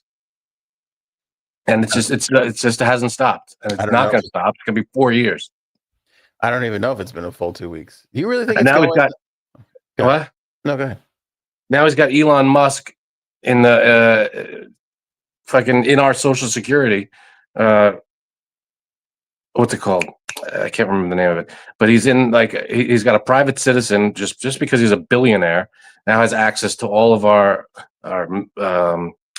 Social Security benefits and all this stuff that he's got all this access that he shouldn't have. And that's just okay, I guess. Everybody's pointing out how illegal half the shit he's doing is. And I mean, I love how everybody points it out and goes, oh, this is illegal. You can't do this. And all right, stop him. Why are, representatives, senators, all these people are going, oh, that's an illegal move. He's skirting the law with that. Okay. Well, so there should be a consequence then, right? Well, I mean, it's tough when you're dealing with a president of what's legal and not legal. Is it? Yeah, because a lot of the times they can do something and then you really don't know until it goes through the courts or gets challenged or whatever, Even Lindsey Graham, Lindsey Graham was on, I don't know what news thing, but the host asked him, didn't he break the law here? And Lindsey Graham said, well, yeah, but, we're not focused on that. We're focused on, what? What are you talking about? Can somebody send, I can't find an article that says that Biden got Mexico to commit 10,000 troops to the border. I don't know if the number was 10,000, but he got their help with the border. Okay. I don't know what the number was. Okay, that's fair. I'm not calling you a liar. I just want to make sure we're getting this right. Because Robin backed you up on that too, but I haven't seen an article that says what it is. Do you really think it's going bad, his presidency so far? It's really only been it's literally 2 weeks to tomorrow. Today. How about firing I forget the official titles, but in the aviation community, all these top people in the FAA. FAA, thank you. There's a plane crashes into a helicopter right next door to him. I like to call it the FAA. So a plane crashes into a helicopter. Dozens of people are killed, and he blames DEI. Well, we talked about this last episode. He blamed DEI because there's a lawsuit. There's a class action lawsuit against the FAA that said they didn't hire like 1,000. There was 1,000 positions open that they didn't hire because they weren't overall hitting their DEI requirements. He let go how many people? There was supposed to be a person that was in charge of that. There's supposed to be two. I forget the position, but there was a person there's two people that's supposed to be in this position. They only had one because they let half the people go. And then this crash happens, and then he says, oh, it's DEI and the Democrats' fault. Well, I mean, I think you would agree that that's a bad thing to not hire people because they're not a certain race and you're not hitting your overall numbers when you hire more people. But they weren't. That's what this lawsuit is. He's the president. He could bring on more people. No, but this is done during. Actually, this lawsuit was filed during his first presidency, but Trump term 1, and went through the whole entire Democratic. He didn't even know who was on the plane. He didn't know any of the details of the pilots, the passengers, the crew. He didn't know anybody that was on the plane or the helicopter yet. And automatically, there's a crash. Oh, it's DEI. That's the problem. Well, I think he's pointing out that there are some issues that have gone unresolved and that are really pretty dangerous. That's a dangerous thing when you're not hiring people because they're not a certain color. That's dangerous. But there's DEI helps into, equality with getting people jobs that need jobs. And you also have to be qualified, of course, but they go hand in hand. It's not just, well, we're hiring you because you're. I agree. But everybody's argument now is it's gone too far. They've taken it too far where it's counterproductive because they're not worried about qualified anymore. They're just worried about race, religion, background, sex, etc. But he's right out of the gate. He didn't even know. I agree. I said, he shouldn't have. It was a little too early to throw that blame around. I agree. Everything's DEI. There's a problem with this. Oh, it's DEI and Biden's fault. There's a problem here. Oh, DEI. That's the problem. Don't look at me. I'm not the guy. It's like buck stops here, pal. You got to start taking responsibility for something. I think his response. Then he goes. They go. Oh, are you planning to visit the site? They're literally pulling people out of the dead bodies out of the water, and he makes a joke. And he goes, "What? You want me to go to the water? Where you want me to swim?" Like, what the fuck? You're the president, you giant turd of an asshole dick. You really hate this guy. Tell me that isn't the shittiest response. Can I say something? What do you want me to go swimming? I think there's a plane full of people at the bottom of the Potomac, and he's making a joke. Oh, what do you want me to go swimming? Come on. Yeah, I understand. I think it's a shitty question. I think that's not a question that should be asked. Why not? Because I just don't. I just don't think it's a valid question anymore. But that doesn't justify the shitty response. If you don't agree with the question, let's. Our first priority is to take care of the people and see if there's any survivors and notify the families and take care of everything first. Then we'll talk about. You don't say something. That's just off the top of my head, and I'm not the president. You don't say, "Oh, you want me to go swimming?" That's just a shithead thing to say. Did he say swimming? I know he said, yes. You mean you want me to go to the water? I know he asked that question. I saw that part. So that's a shithead thing to say. I think it's a shitty question because it's not like it's a tornado or hurricane or the fires even where it's like, okay, there's recovery here. We've got to commit federal assets, so on and so forth. Same thing. There's recovery. It's a plane crash. They're pulling people out of the water onto the shore, which I'm sure is right next to. You go to the spot. Yeah, but what's he going to do there? What's he going to do? Look at everything? Not say, well, or you say, listen, that's not right now the priority. If they say, are you planning on visiting the spot? Right now, our main priority is this. Our main priority is is searching for survivors, is assessing the damage, is figuring out how this happened. Not, what do you want me to go swimming? I don't know if he said that to be look fair. It up. Maybe I'm paraphrasing. I you want me to get wet? You want me to go? Yeah. You think? I'm pretty sure. I'm 90% sure. People in the chat, help me out. He was insulted by the question, but I thought it was a. Was he insulted? 60 something people died, and he felt bad. Oh, what a poor baby, poor 80-year-old baby. Get the fuck out of here with that. He felt insulted. Oh, okay. Are you kidding me? I went into this being somebody who didn't vote for him with an open mind, rooting for him. I don't know if that's Frank's approach. I don't think Frank and I took the same approach. I would love if he was the best president ever. But every time you turn on Twitter or the news or anything, he's doing something stupid. But is that because of the way that the left media is interpreting his actions? Or is that... It's because of what I'm seeing.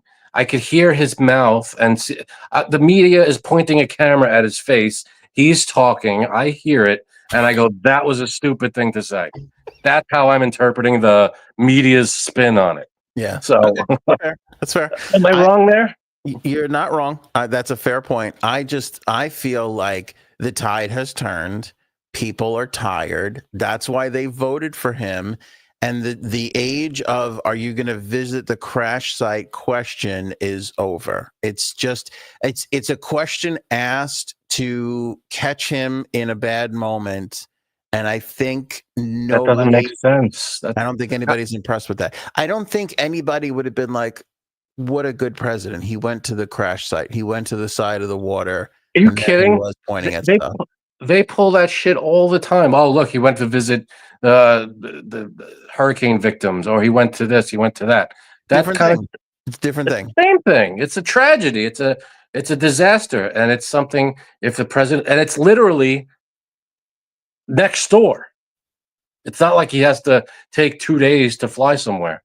All right, I see. I understand the proximity argument, but again, it's not to me it's different from a hurricane or a tornado where you're not committing federal resources to. It's not a big undertaking where a lot of people, are affected. Like the fires. I get him going there. I get the president going because you have to get a lot of red tape out of the way. You got to do some things you put some things in place so people can get back to their lives quickly, right? We saw that when with the hurricane, right? Everybody got flooded. They had to do some things to cut some red tape out of the way. This is my different. Point is, even if it was a shitty question, let's say fine, shitty question. Yeah, his answer was not justified for that shitty question. His answer could have been, "That's not my. The priority is this right now. The priority is that right now."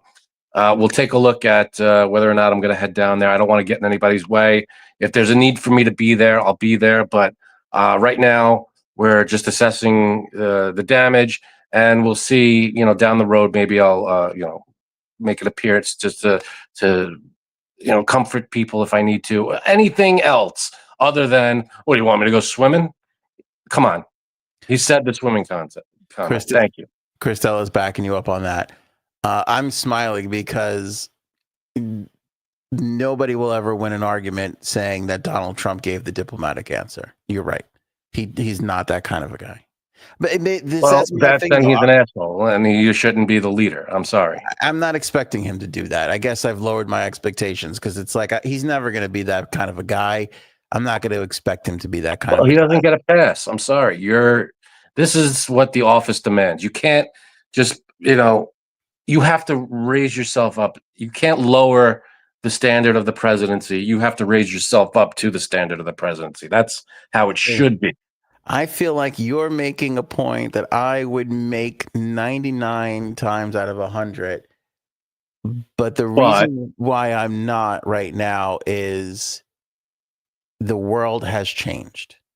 He won the election because the world has changed. But he doesn't get a pass to be an asshole.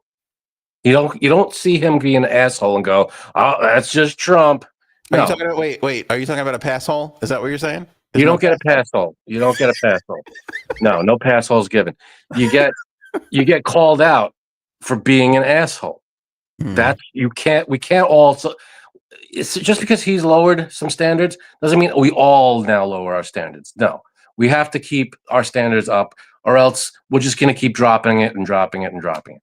We can't just say, well, Donald Trump's president, so now we could all be assholes. No, sorry. Yeah, I agree. I'm not lowering my standards because he's an asshole. I'm not going to make fun of a crash site and be like, laugh about going down to visit because I'm going to get wet. I hate to give him a pass, but I think it's less about the victims there and more about the reporter asking. Because there was another instance where somebody shouted out a question to him, and he said, "This is not the time. This is not appropriate." He was doing something else, and somebody shouted out a question about something, and he was like, "This is not the time for that." Which would have been a better answer if he would have said, "It's not the time right now." I got to tell you, I disagree. I'm starting to think about this. Are you kidding me? Yeah. Watch the clip because he laughs and goes, "What do you want me to go swimming?" It's literally less than. I don't know if it's the timing. It's the day after the crash where they're literally still pulling people out of the water. 0 survivors, and he's out there going, "What do you want me to go swimming?" But what is he going to do there? It's a bullshit question. It's a trick question. I don't care if they asked him the worst question possible.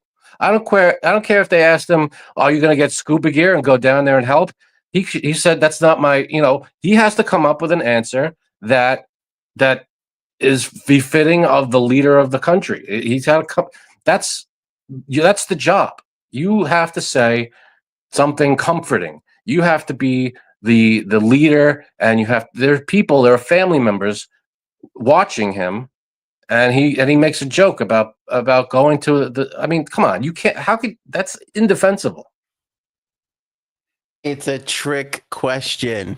Is that because you can't answer it? It's a bullshit question. It's a bullshit question. I don't care. The question could have been the worst question ever, and the reporter, if it was the worst question ever, the reporter would get their end of that was a shitty question side of it too. But if you give a shitty answer, then you don't get a pass.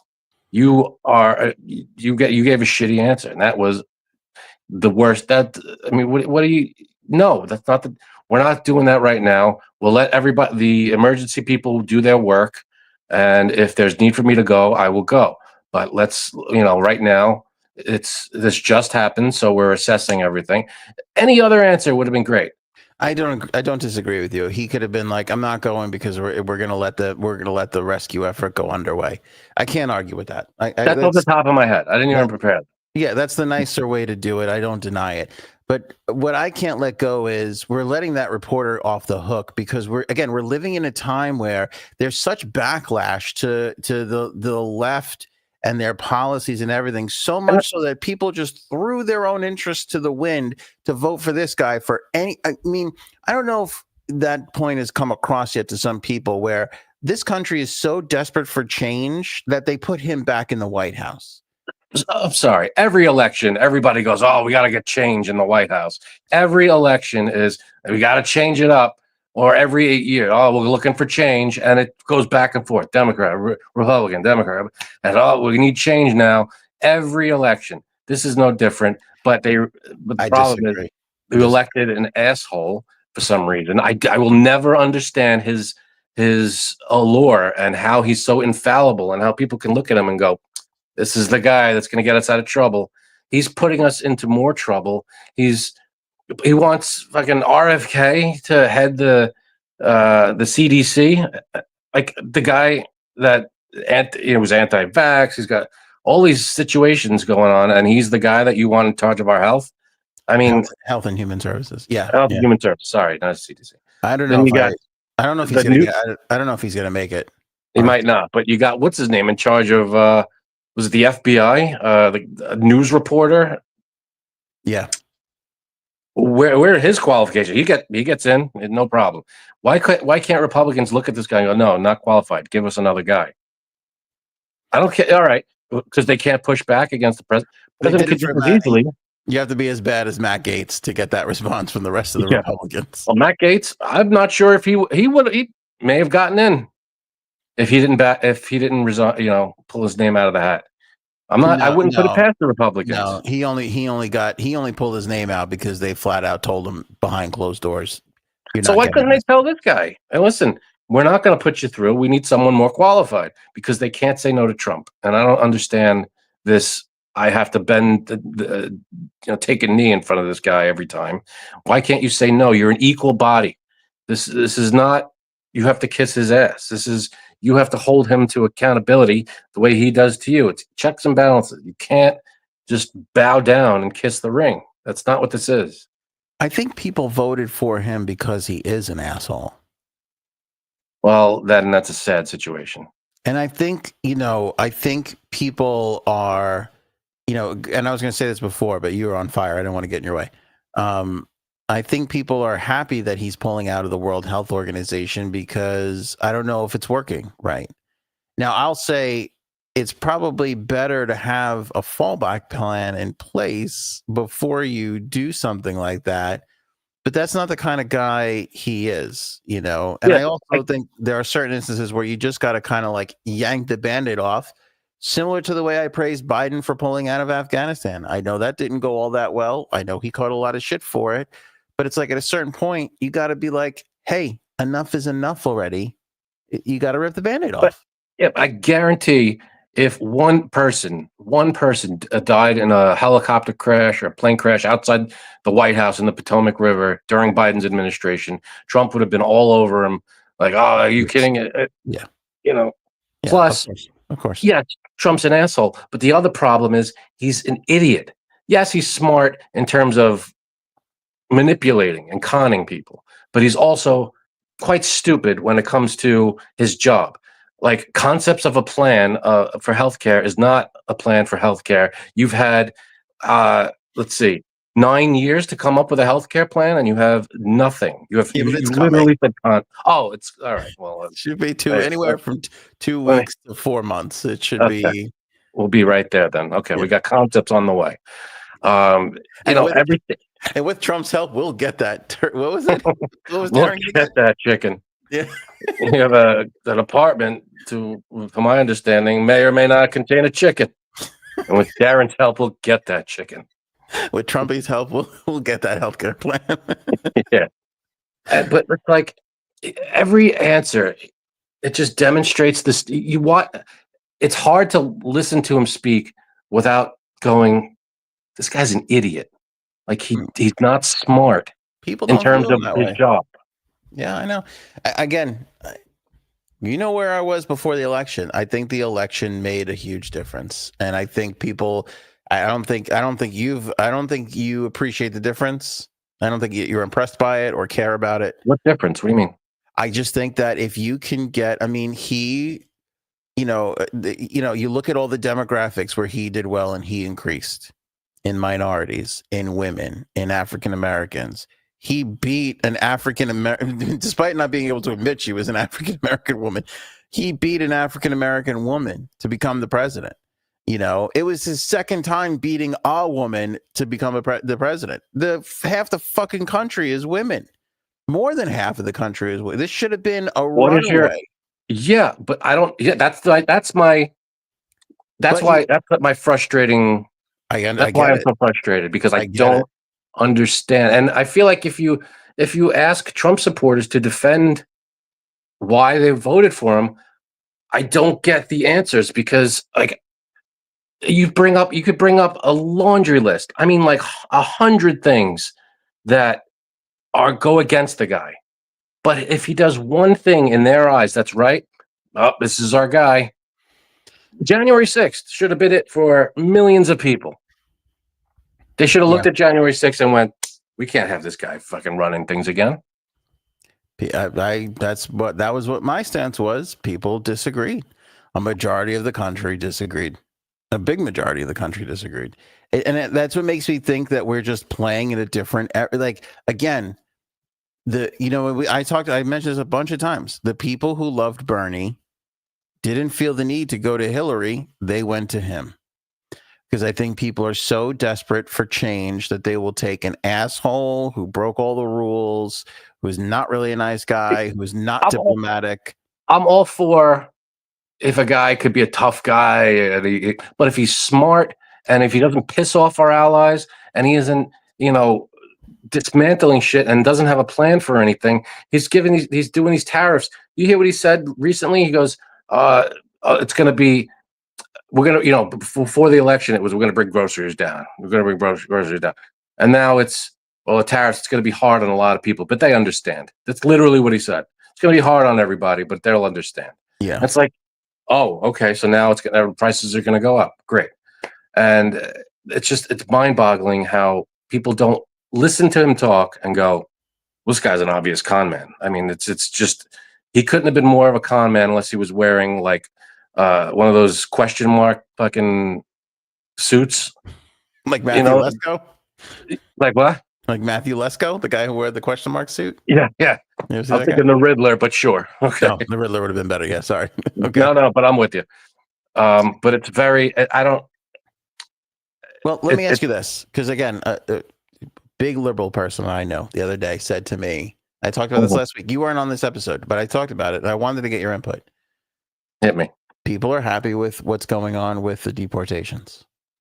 I talked about this ad nauseum. I watched CBS. I watched, I don't know, I forget, 2 or 3 historically liberal-leaning outlets go out on raids with these ICE agents and come back incident-free, which is great. And I'm not saying it's going to be like that always, but they're pulling in people that have multiple crimes on their records.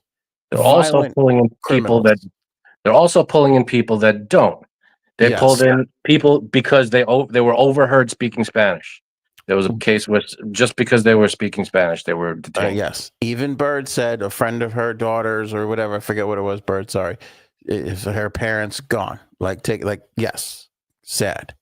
Yeah. I don't know if the country as a whole has a problem with that. When you're talking about also getting rid of suspected terrorists. One of them was a suspected terrorist from Turkey. Fine. Yeah. Go after terrorists. I'm all for it, going after terrorists. But deporting someone, gang members, all these people. Here's my point, and I'll let you respond. There's gonna be some mistakes, and there's gonna be some bad things. There's gonna be some sad, tragic things. I don't know if the country overall cares when you look at the amount of people with rap sheets that are being extradited from the United States that we don't have to pay for in prisons, that are no longer roaming the streets, that are no longer around to harm innocent people. That are just as much of a victim as, say, somebody who, you would say got caught up in all of this. I don't know if the country has a tolerance for that much turning the other cheek anymore, which is what the Democrats always did. And I think that's a big part of the reason why Trump won. People, again, are so tired that they'll go, hey, are a couple of people going to get swept up in this that maybe shouldn't? Okay. I keep saying somebody's going to get killed at one of these things, whether it's in law enforcement or an innocent person or not innocent, whatever it is, it's going to happen. There's just no way raids go on for 4 years and nothing happens. I hope it doesn't, but it's more than likely something will happen. And I think people will be okay with it because I think they believe that overall this will turn out as a net positive more than a negative. And you have to admit, maybe you don't have to admit, but the way it's being spun right now in the media it is overwhelmingly positive. They are getting rid of a lot of bad people, so much so that somebody I know who's liberal was like, I can't argue with this. I didn't vote for the guy, but when I look at MS-13 and Turkish national terrorist and this guy with fucking 4 pedophile accounts against him, they're getting pushed out of the country. Great. I'm all for, yes, get rid of terrorists and pedophiles. Yes. There's they don't report that you're not seeing the people that are getting picked up. He's also telling you about he wants to open up camps in Guantanamo Bay. I mean, this is just reminiscent of let's just sweep people up, put them in camps. This is very familiar sounding, is it not? Let's just the people that we don't want in our country anymore. Let's just pick them all up and put them in camps. Doesn't that sound a little familiar? It does. I don't know if you're going for the Nazi thing or the Japanese internment camps. I'm not sure which one you're going for. Both of them. Okay. It does.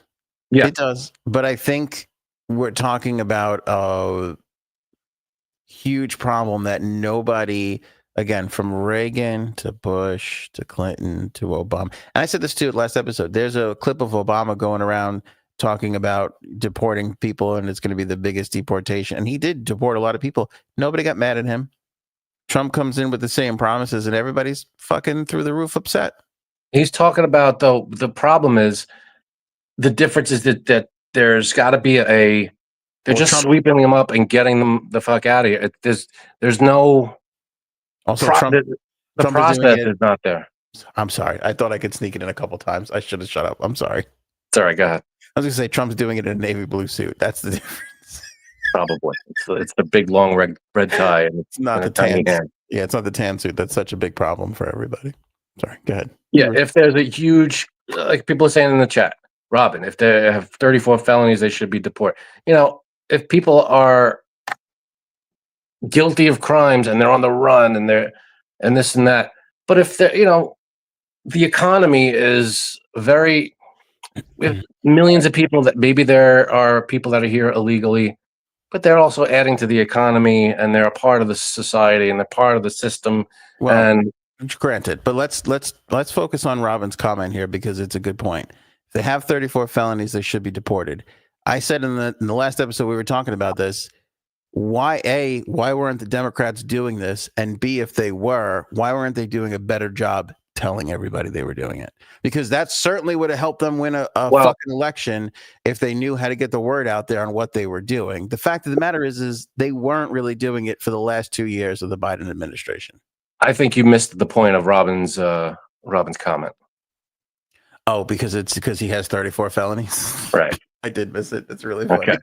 Also, but my point still stands, even though I'm sorry, but he's talking about law and order, getting rid of the criminals. He released how many criminals from January 6th that recently one of them was charged with having child images and whatever on, I don't want to say the word. Oh no, really? That's is one of those. There's another one that assault. He's releasing these criminals, and they're, guess what? Committing crimes. Not all of them. I don't know about all of them. There are a few that were reported to have. But he just pardoned all of them. Then he's just targeting. That's the problem. He's villain. What is it? He's making villains out of migrants and people that maybe speak another language, or that's the problem. He's blaming all the problems of the country. Oh, I know what the problem is. It's migrants. That's the problem. It's like, no, there's gotta be some sort of, it's like with the woman with who was it? The bishop. Was it a bishop at the church? At the church. Yeah. He was asking for some sympathy and for some help, mercy for some people. Yeah. And they called her a liberal, left-leaning, put inside her politics. No. She's Christian and preaching to you how to be more Christ-like and be merciful and have open arms instead of, kicking people, shutting your doors. And then you get, how dare she preach the Bible to me? Yeah. I don't disagree with that. I mean, that's kind of where I fall. I'm a little bit more liberal with people and all that kind of stuff and accepting. It's not what the country wants right now. It's just not. I don't think it is. Even Christians. Well, let's be honest. The Crusades were Christians not really being all that Christian-like. So we've been there before with those people. Well, there's the hypocrisy. You take the right, the ultra conservative people in power in Congress, the Senate, and they're all for treating migrants like, just whatever, and just sweeping them up. And it's like, what? Maybe improve the immigration process. Fine. If there's criminals, yes, do what you can, get criminals out of here, put them through the process, the system, arrest criminals. I'm all for that. But just running into houses and picking families apart. But we're not seeing that though. And again, they're pulling people families away from. Are they not? I'm not denying that it's happening, but it's not happening at a scale because let me tell you something. CBS, NBC, all these people that I saw them going out on these raids, they would have fucking loved to play up that story. If they had a little kid crying, "Don't take my daddy," that would have been the lead fucking story everywhere. It's not happening. They're pulling people out for the most part that are really bad people that shouldn't be. And again, I don't know every raid that's happening. Nobody does. Okay. But the narrative that is being played out in the media, a media that does not like this president, has been favorable for the most part when it comes to these deportations. It's been what, a week and a half. Let's see how it plays. I'm all for getting rid of bad characters, getting them out if that's the thing, putting them through the legal process. That's what I'm all for it. Yeah. But if it comes to detention camps and tearing kids away from families and arresting the wrong people just because of racism, that's some bullshit. So that's where I have a problem. Well, I have to say, because what was it, Venezuela or somebody was like they weren't going to take the people, and then there was a quick phone call, and all of a sudden they were taking the people. Like I said, he got the troops to go to the border. He got Mexico to commit more to this problem so that we're not doing. I think that's what his goal ultimately is with all of these things. Like, again, I don't think he wants Iceland. I don't think he wants Canada to be the 51st state, but I think he wants to talk crazy enough shit to get them to a point where, again, he's sacking the same deal that he made with Trudeau. He's sacking now, because he feels like we're footing the bill for a lot of things in a lot of different places, and we're not in a position financially to be doing that anymore with how bad the economics of this country are. Now, granted, would I prefer if he went after the rich people and got them to contribute their fair share of taxes and all that other stuff? His best friend is $400 billion. I agree. I would rather our own people who fucked this up for the last 20, 30 years to fix it on their own. Instead, he's going the other way and pulling back some money. It ain't the first time in the history of this country that's happened. We've practiced isolationism before. It's practically what led to the Great World Wars, which is why we don't do. That's why we give so much money and aid around to all these countries, is to head off. Not to mention like that. What Robin said. We are the wealthiest country in the world. Right. But I mean, again, we are. But I mean, you look at everything that we have to go through with healthcare and, veterans affairs and all this shit. Yeah. And it's like, I understand why people want to pull some of that money back in a little bit. But we don't have to be going through that. If the ultra wealthy would pay their fair share, if Congress would stop being bought and sold. Exactly. Campaign finance reform. These are all huge issues that should be fixed. Yeah. I'm all for, I've been saying it for years on this show, that people in government get their salary and that's it. They can't get lobbyists to pay them whatever, even if it's on the record and whatever gifts and payments and you get your salary. That's it. You're working for the government. You're not working for, a tech company. You get your government salary. That's the end of it. You can't have stock, under your own personal whatever the hell. This is so you can't be bought and sold. That's it. I agree. I think you want to be in government. You're not in government to get rich. You're in government to help move the country along. To serve. Yeah, I agree. Sure. I agree with that 100%. I think if you don't do campaign finance reform, you can't make a lot of changes. But the problem is the people who are in charge of campaign finance reform and who are making the decisions whether or not to do that are the people benefiting from it. So they're not gonna fucking shoot themselves in the foot. Wouldn't it be great if they could put that on a ballot, let the people vote for it, and then whatever the people vote for becomes the law? Because that would change like that. That would change like that. And everybody would go for exactly what you just said. You can't invest in stocks. You can't go to work for these companies afterwards. You can't get, campaign contributions. Yeah. No lobbying, the oil company. You can't be, campaign. They give you $1 million to your campaign. No. There's a cap on how much a person or an organization can donate. And it's all kept track of, and you can't skirt around it. It's got to be laws to be like, well, they can't funnel it through this and that. Yeah. All right. Now, I think we've had a good debate, you and I, respectful, right? Would you agree? No, fuck you. Yeah. This kind of talk won't be tolerated in the comments. Katie K says, "Are you fellas from the East Coast? I'm feeling my home state of New Jersey vibes. What did we do to you that you're calling from New Jersey? We're New Yorkers. Okay. Come on now. That kind of slander won't be tolerated. That one hurt a little bit. That one hurt. Yeah. I don't go to your job and call you a piece of shit, Katie K. So please, Jersey. A little respect, Jersey. Jesus. No, New York. Well, Katie K, you're from Jersey, but seems like you're not in Jersey at the moment. So let us know where you are. Well, if you want. Which I understand and sympathize with, because anybody who leaves the East Coast and goes somewhere else, even with nicer weather, they're immediately like, fuck, I just kill for a bacon, egg, and cheese right now. Just a decent bagel and a fucking bacon, egg, and cheese. Yeah. It would be the best. Oh my God, the pizza. Yeah.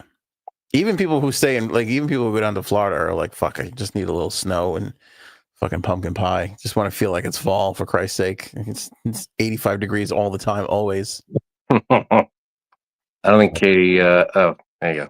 Yeah, she's laughing. See, she gets it. Oh, good. Yeah, and It's Mr. all makes a fun. good It's all point. fun, Katie. We're worse than New Yorkers. We're from Long Island. That's true. It's the worst part of New York. I mean, besides Schenectady, those fucking weird upstate people. But it's besides the point. Albany. The fuck is going up there? Actually, my cousin just moved to Albany. I shouldn't really talk to him. His cousin's a weirdo. Yeah, Fine. he's a weirdo. Yeah, it's true. He moved up there for love. He must really be in love if he's willing to relocate to Albany. What goes on in Albany? I have no idea. I know it's the capital, but I don't know what happens up there. You've lived in New York your entire life. Have you ever been to Albany? No. Neither have I. And I don't think I'm ever going to make it. Not once. I don't know what would drive me there. Why I would want to go there. We drove to Montreal together once. Did we drive through Albany? I don't think we did. I think we went like this and then went whoop, right around it. I just don't know what, I know it's the capital, but other than that, is there anything else there? No. All right. It's ridiculous that it's the capital. That's another thing. We don't bring this up because Trump might change the capital of New York because it really shouldn't be up there in Albany. I don't know what we're talking about. Charity. We're giving charity to the fucking northern part of this state. We should just give that whole thing to Pennsylvania already. Let them handle it. Who cares? Maybe let New Hampshire and Vermont move over a little. Yeah, let's give everybody a little piece. Every sort of like Michael Corleone when he was getting out and he gave everybody a little piece of the casino business so nobody would get upset. That's exactly what we need to do. Yeah. Just slide everybody over. Connecticut. Never been all the way I could do without going to Connecticut. Connecticut, Rhode Island, Massachusetts. They're very small states. Maybe they go a little bigger. Who knows? Who cut these lines for these states? They're so weird.